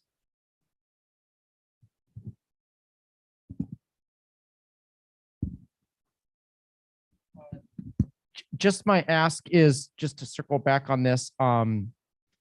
Is it possible that we, as the district, can create a list of all the projects that, like, on a single document? Because it's hard to have the huge facilities master plan of Ventura. More Parks is somewhere, and I think that's a good example because Ventura and Oxnard's is new. It's in the fresh of our minds, but I can't recollect More Parks. So I guess as a district, could we get a list of all three, the needs of all three colleges on one sort of list, so we could just have that ready and available? Yes. Cool. It would, and it would also be in the district master plan, correct? Yes. Facilities master plan. Okay. Okay, just as long as that's accessible. All right, and the only other comment I'd make is a lot of the attention was spent on the matching funds from the state, but I think it was about 2 months ago, and this was one of those last minute legislative asks that came from Congress at the federal level, both from Congressman Salud Carvajal's office and Julia Brownlee's, that they very quickly had a very quick turnaround for projects that would be included in I believe the budget.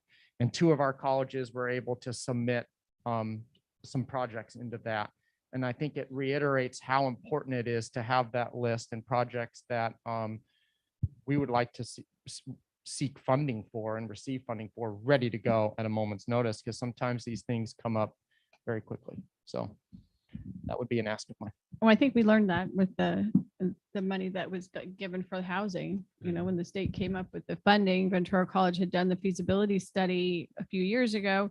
And so they were able to get $62 million in funding as opposed to money for the feasibility study. So because it was shovel ready, instead of, I think the newspaper quoted me as saying it was shovel, but it was supposed to be shovel ready. So anyway, any Trustee Perez? Well, I'm just prepared to make a motion to Thank approve the plan.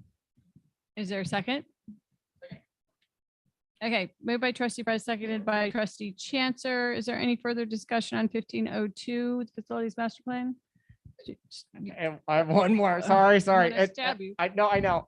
I thought it was ironic because out of our 3 colleges, the college that has the biggest food services options or programs is Oxnard, and that's still on one of the first slides was a huge Right. ask.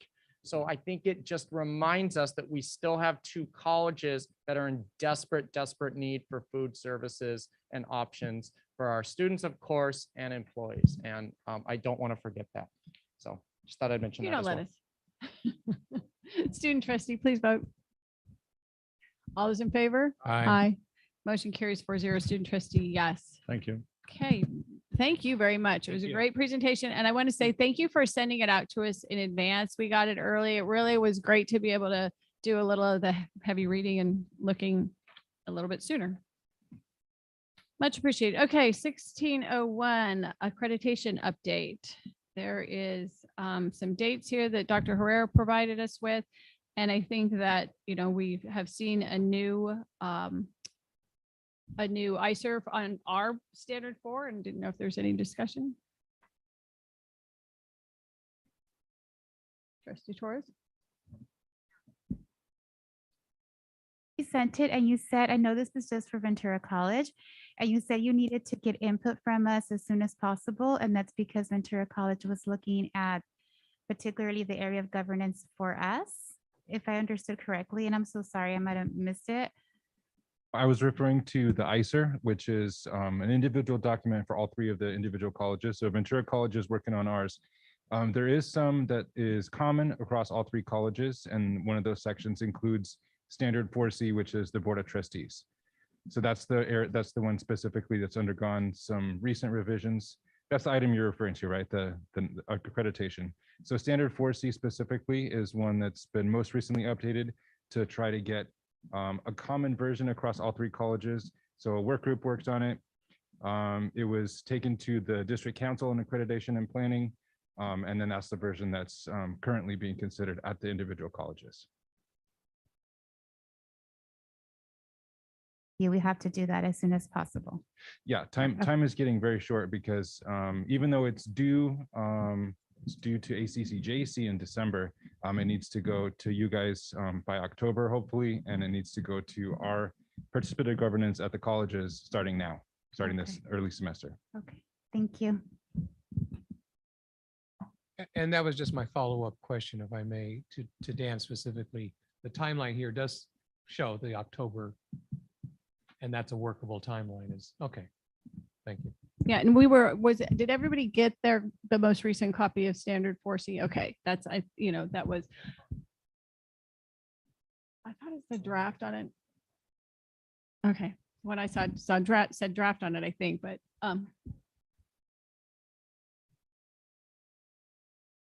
well, I had some questions about it, but Trustee Chancellor, do you have comments? And then I just was going to ask to have the most updated version resent to us, maybe this week, so we can just make sure we all have the same version, and then we can make our comments. Would those go to the chair? Would those go to the chancellor? I think given the time, if you could send them to the chancellor, and I just said if there are comments, I will say that I had some comments a year ago. We were presented with a present state and a future state, and I felt that this was very different. And so that I had asked for it, and they said, do you want to talk to the writing group? And the next day I was in front of the writing groups with the Vice Chair Mantooth. I've got my questions answered to my satisfaction, but I realized that not everyone got to do that. And so I think that was what Dan's asking, is that if there's any other issues that the trustees have with that, since it does have to do with us. Well, it'd be helpful if we, as Trustee Chancellor is asking for, that we all had the most recent version. And the one I'm looking at has the revised date of 7/5/22.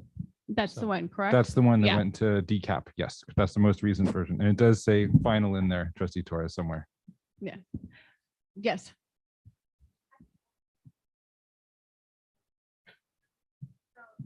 What's written in that ICER has to do with all 5 trustees.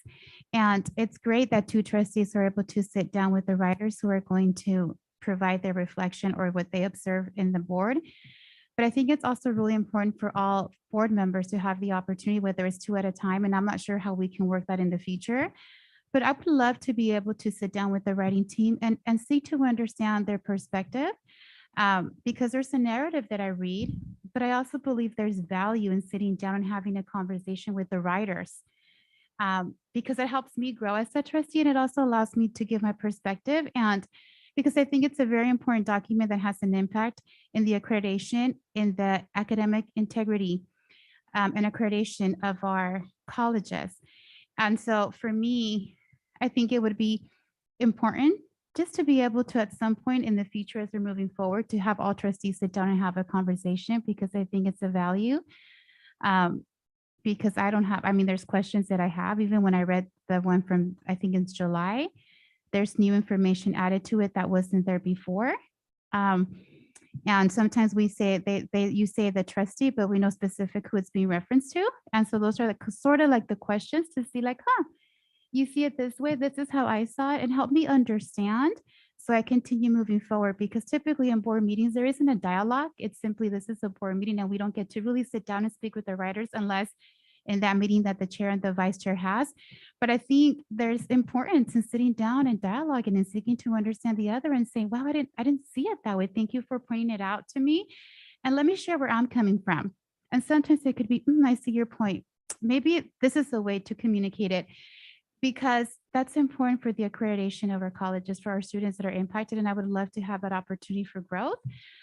For me as a trustee to be able to engage in that dialogue as we seek together to move forward, from us as a board and a policy level, and from our writers as we continue doing this work.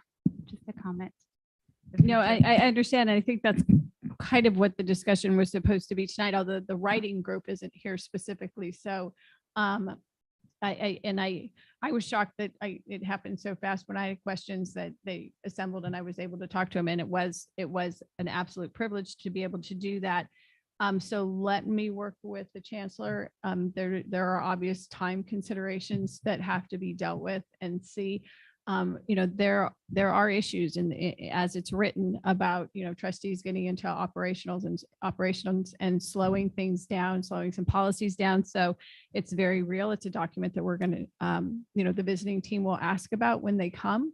And so having an understanding of it is a good idea. I'm not, I don't know if a board has ever met with the writing group since I've been on a trustee. It's just it's kind of a self-study. It's not a debate or a dialogue. It is how the writing group sees us in our current state. So, Chair, yes, I have an idea.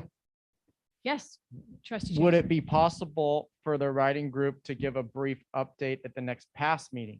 Because trustee- Accreditation, that's the A. oh, there you go. And trustee Torres and I are both on there. Is that on time? Yeah. Okay, perfect. I think Okay. that is a wonderful, because that is part of the charge of the past committee. That is the A part of it, planning, accreditation. And so thank you for that. Thank you. So with that was just an information item. Is there not anything else? Let's move along. 1602 is an action item. And I thought maybe the student trustee would like to make the motion on 1602, 03, and 04. I would like to move to approve summer 2022 candidates for graduation and certification at Moore Park College, Oxnard College, and Ventura College. Second. It's been moved by trustee Hirschberg, seconded by trustee Perez, that we, with great congratulations, hearty congratulations, vote on the graduation candidates for graduation from Moore Park, Oxnard, and Ventura College. Student trustee vote. All those in favor? Aye. Motion carries 4-0. Student trustee, yes. And heartfelt congratulations. It's really fun. I always panic a little bit when the agenda is really big, and then I remember that there's going to be a big list of students in it, so then I feel a tad better. So thank you. Next action item 1605, action to approve the COVID emergency conditions recovery plan. Dr. Herrera. You see you going for your mic, so it must be you.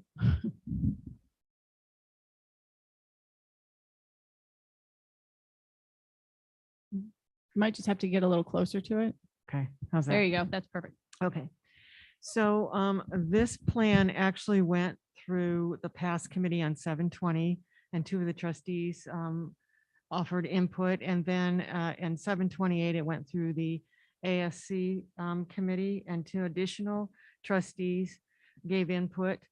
But basically, this recovery plan was given to us in late June. And we assembled the information, and we went through the participatory governance processes as much as possible, given it was this summer and we don't have our peachy committees meeting. I'll entertain any questions if there's any questions regarding the plan. I think that everybody has had a chance to read it and ask questions at the subcommittees. Any trustees have any further questions? I Student was just going trustee? to comment that the ASC committee moved this forward with recommendation to approve.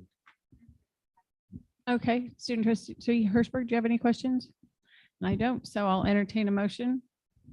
A move approval. It's been moved by trustee Perez, seconded by trustee Torres. Is there any further discussion? Yes. Trustee Chancellor.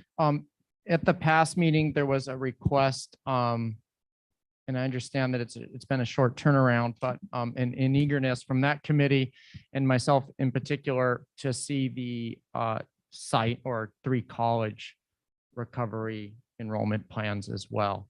And Is that, Yeah, well, there are no specific emergency recovery plans for the college. It's a district-wide okay, emergency recovery plan. okay. But Trustee Chancellor is referring to the college's strategic enrollment management plans. Yeah, so which are not necessarily recovery plans, although. Sure. So, yeah. There's some so crossover, right? Most definitely Okay. some of the activities that are, Sure. they're very much related. And I just want to make sure I do justice in a question that I get asked a lot. Oxnard College has had great success with placing counselors. And I know this is a detail into the weeds, but it's tough for me as a trustee when I get the question when they've placed counselors at the high schools. So they have college counselors placed at the high schools to assist with enrollment and recovery and these types of things. And then the question I get as a trustee is that something that will be coming in Ventura and Ojai and Moore Park and different regions? So I just don't want to lose track of that. And with that, I'm ready to vote. Okay. Yes. Trustees, if you didn't get an opportunity, I'm probably sure you looked at it, but on page 495 of the report, you have really good disaggregated information of the head count. And I think as we move forward making decisions, this is really good. And so thank you to Dr. Herrera for putting this together in such a short notice and trying to pass it through the committee so we're able to submit it on time. So it's really much appreciated because a lot of it is work that you had already started anyways. And it was really nice to be able to just add addition things to it. But just to see the foresight of you having done this since before was really nice because that's the only reason we were able to have it because you had already started it. So thank you so much for doing this and allowing us to see, hey, we need to get this done. We can pass it through its work, but it can be done. So that's a great example of just being committed to the work and being able to do this that we need. So thank you so much for this. Thank you. Okay, so student trustee, please vote. All those in favor? Aye. Motion carries 4-0. Student trustee, aye. Moving along, that is all our action items. So the chancellor's report. Thank you. I'll keep this very brief.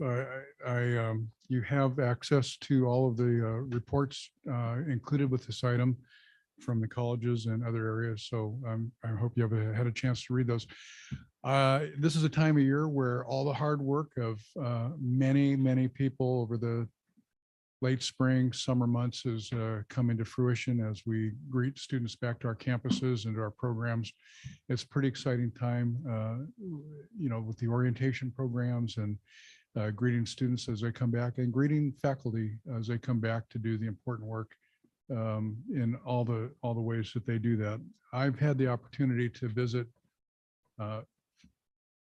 extensively now all three campuses, and it's just been a joy for me to see start to get into the programs and learn some of the great things that our colleges are doing. I have other sites to visit, but it's only been a month, so more to follow on that.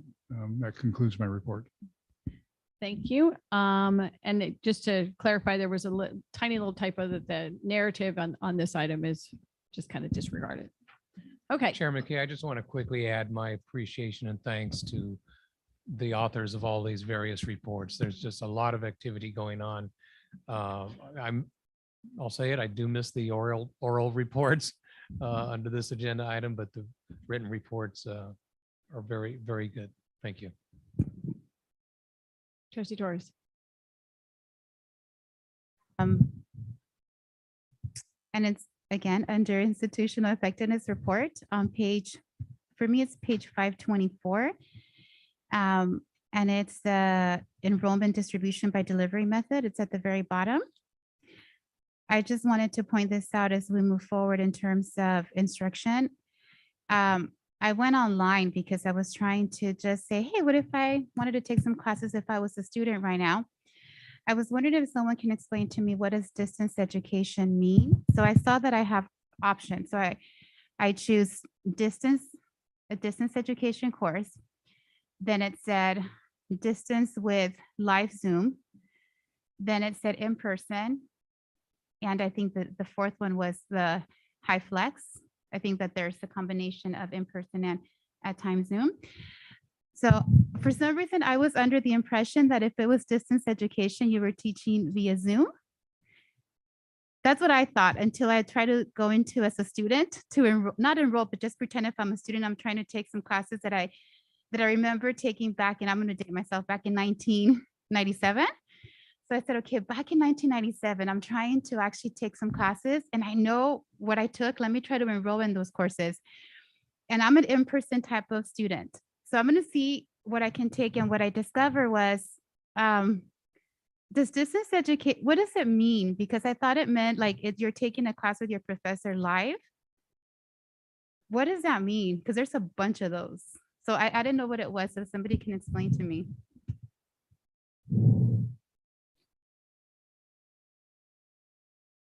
Have asynchronous and synchronous, online, high flex, and hybrid.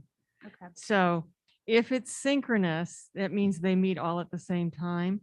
And if it's asynchronous, they meet at once, but then also outside of that same time. So it is confusing, but we try to do our best so that students can be clear on what the expectation is. But you're correct. We do have various methods of online, hybrid, high flex, and in person. What I also looked, and this is for trustees to consider. So when we look at the data, I love data and I love disaggregating it. So when I hear students are choosing to enroll online, I realized if I wanted to take, I don't want to say my major because I don't want it to look on a specific department, but I went to my pre-major work. There's a cause that I love. They didn't have those in person. They only had it through distance education.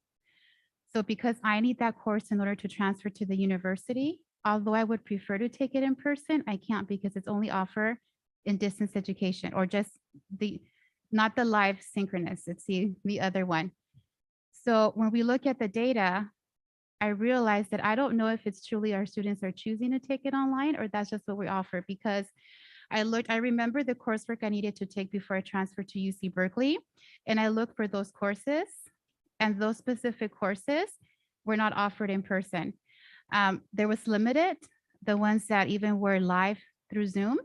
So I think as we move forward and we start looking at the numbers of our students in terms of declining enrollment, I think when we look at the data to truly be able to say that our students are preferring online versus in person, we need to offer the same course in all modalities really to be able to say, you know what, you had the option in person, live synchronous, and this other modality, and they're choosing this. But when I tried to enroll in courses, I didn't see that. And I did just a general search within the 3 colleges to see if is there one that I can find in it, and it wasn't there. So I think as we move forward in scheduling, and I say that because right now we're, perhaps I know it's more the operational piece, but we're looking already forward in scheduling for, I believe it's going to be spring 23. So as we're looking into the scheduling, I think it would be interesting to see that, because when I tried to enroll as a student, I didn't have those courses that I liked in person. So I'm going to sign up online because that's all that's being provided to me. So it's not necessarily that I have a choice. That's kind of what's been given to me. So just a comment as we look at these specific courses and moving forward. Thank you. Is there anything else? Yes. Oh, yes. I just want to make a comment because what you're saying is very accurate. And just to let you know, we are going through a class scheduling process right now of really looking at how we're scheduling our classes and how we can be as efficient and effective and fall in alignment with guided pathways that the students are selecting. So over this next year, we're going to be working and focusing very closely on how we're doing things to be more effective and efficient to meet the needs of our students. And that's a big project we have on our books.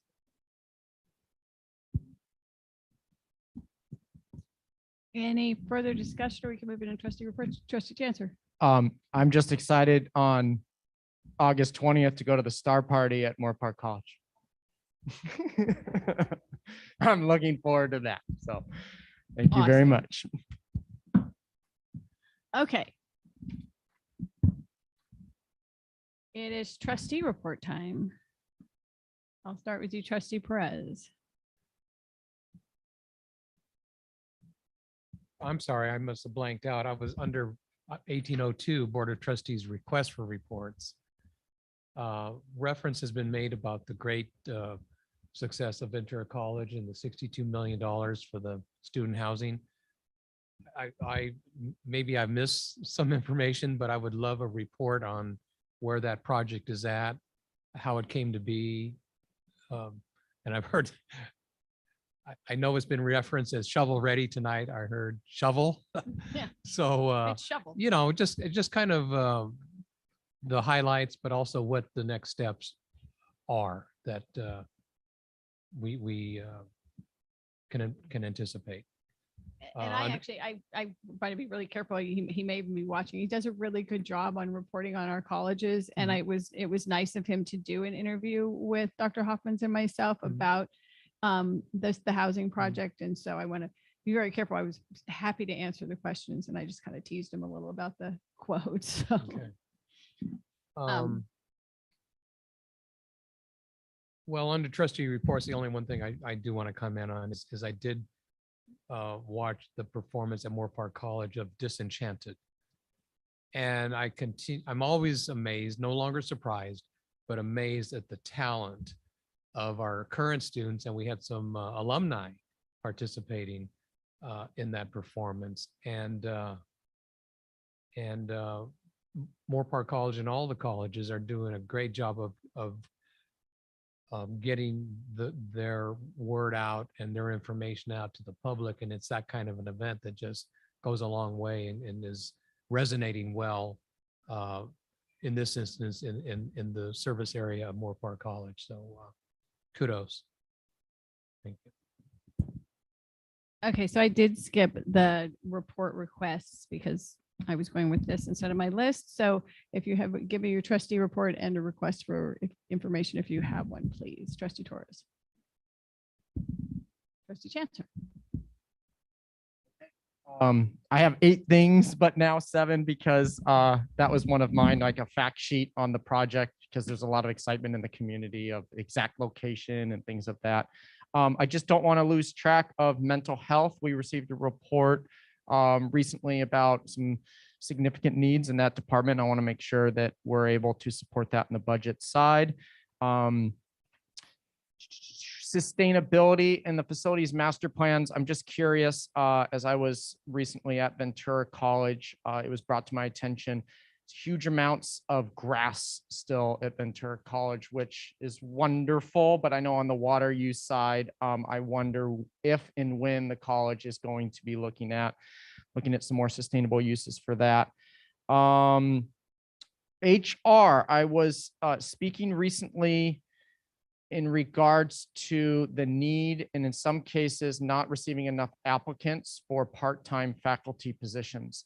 And one thing that we've talked about on this board frequently is the accessibility side of the onboarding of employees, specifically in this case, part-time faculty. So I know the application process is lengthy, and I would be interested in reevaluating that process and to making sure that I'm not creating any unnecessary barriers and perhaps creating easier process to onboard people. And I think I don't want to lose track within the state budget, the COLA increase that we're receiving and all the talk on inflation, that we're also not losing track of our student workers and the need to make sure that we're responsive to inflation and cost of living in this county, and some of our student workers and things that we can do perhaps in the next adopted budget to support them. And I really enjoyed going to the classified luncheon at Ventura College. And my favorite part was when I received a thank you, and it was a little unexpected. And the thank you was, thank you for approving the positions at the board so we can do the work that we need to do. And it was a great reminder that these aren't just great positions, they're fulfilling really important work. So I think that's all I got. Okay. Thank you. So now I'm moving to our favorite meeting evaluation. I don't have a trust. Oh, I'm sorry. Yeah, absolutely. As for a mental health evaluation of the students, just a general report on that, how well they are doing, what is their problems. We'll have to see what that might look like and how long it would take. I think we all have been expressed a lot of concern for the mental health needs of our students. And so I don't think that it's just a question of what that might look like. So we'll get back on that. Okay. So meeting evaluation time. And, this is an accreditation item. And what I saw was kind of lukewarm response from in the ICER of the process that we've changed to this year. And in particular, not getting feedback, the more 360 feedback that we had done in the past. So I just want to put that out there that as we do these monthly reports on our evaluations of our meetings, that we take it seriously and really put some, because that is going to have to be talked about as an accreditation item. It's the self-evaluation of our work as a governance board is part of it. So with that, I'll go to Trustee Perez. Okay, I'll start. Under communication, it was referenced earlier, and thank you for getting some of those heavier informational items reports to us early. That helps us be prepared for discussion at our board meetings. And I think in the discussion on our items tonight, the trustees were effective in getting the individual points across. And the process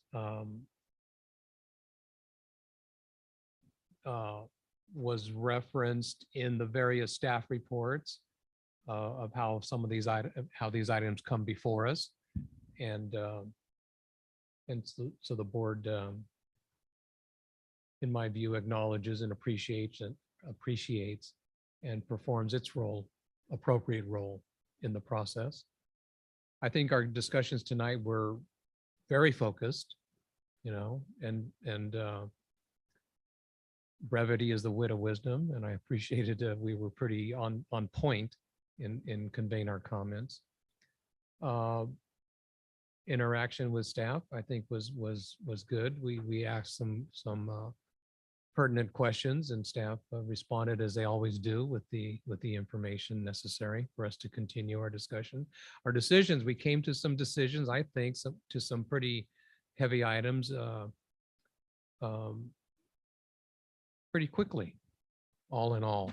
And I say that based on past performance. So I think we've vastly improved tonight. And we complied with our ground rules. And, I will admit that I made it a point to reread the ground rules tonight, because, they're always there, and we tend to just go over those first few pages of the agenda, but anticipating some of the agenda items, I wanted to look at those ground rules and make sure that if necessary, we would call ourselves to task on following those ground rules, and it was not necessary. So I was pleased at that. And that's the extent of my evaluation. Thank you for that. Trustee Torres.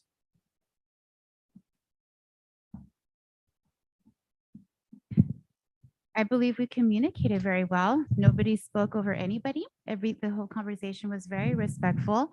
Everybody was able to really express their point of view. We had really great deliberation. When there was questions were asked. Our conversations were very focused to one another as trustees as we're making decisions.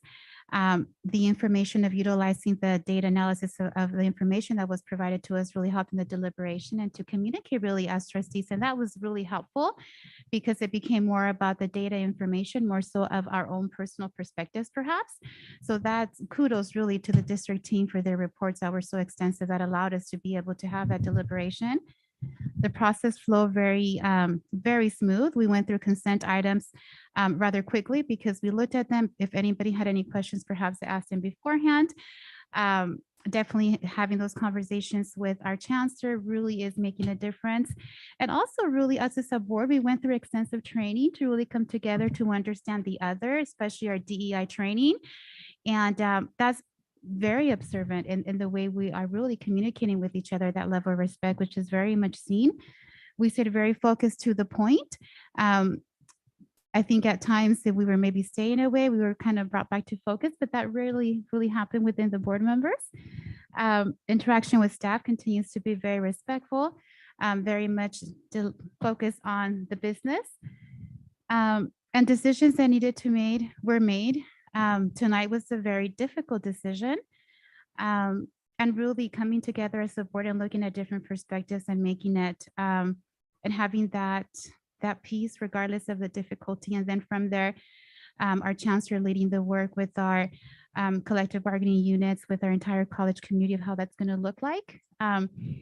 We're interested in seeing how that looks. And I think as trustees, we've expressed some of the recommendations that we would like to see. Compliance with ground rules, just like Trustee Perez, I actually also read over them. I said, I want to make sure like I'm following the ground rules. So I did look at that right before I came to the board meeting. Other feedback, I think we're doing really good as a board. I really do see it. And, we have the minutes to see from past meetings from last year in comparison to this year.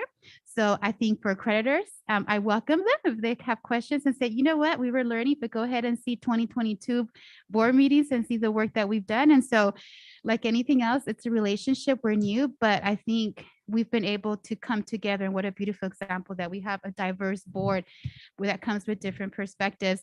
And at the end, we're able to now come together and make decisions for the betterment of the district. So I hope that the creators get to see this meeting. So, so those are my comments. Thank you. Thank you, Trustee Chancellor. I won't repeat anything said.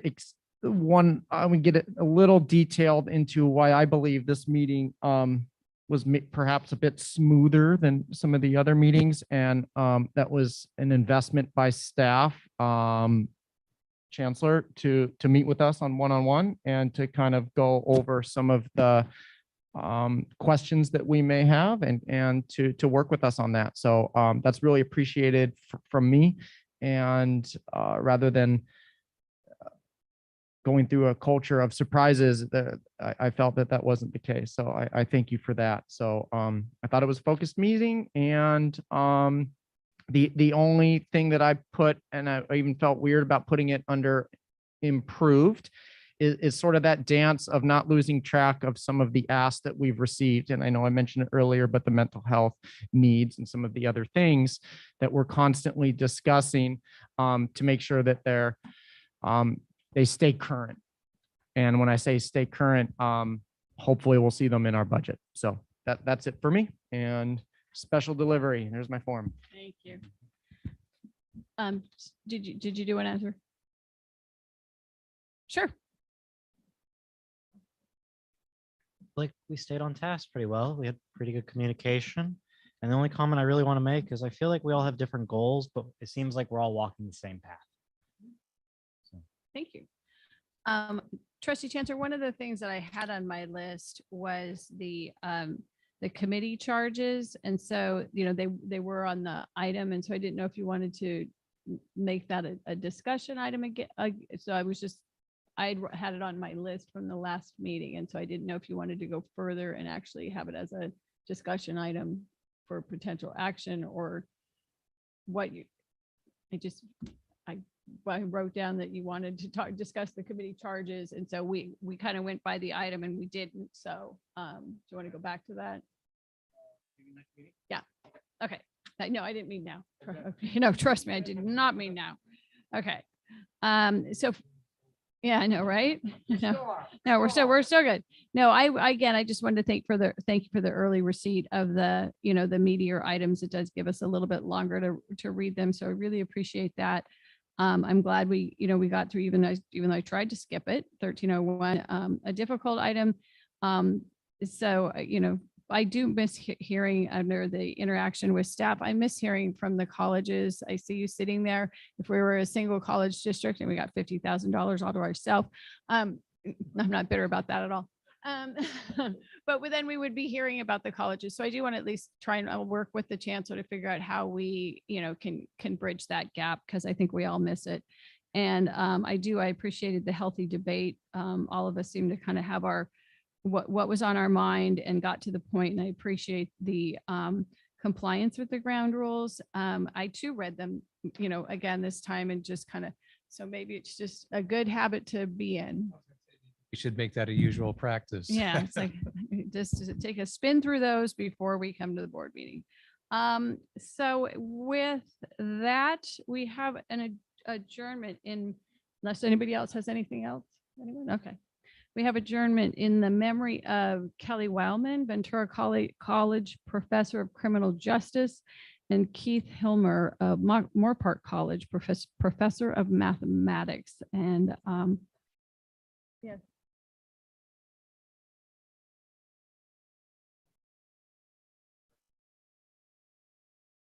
We did that last month. Yeah. That's okay. That's okay. So in memory of those, I will adjourn the meeting. Thank you all for being here.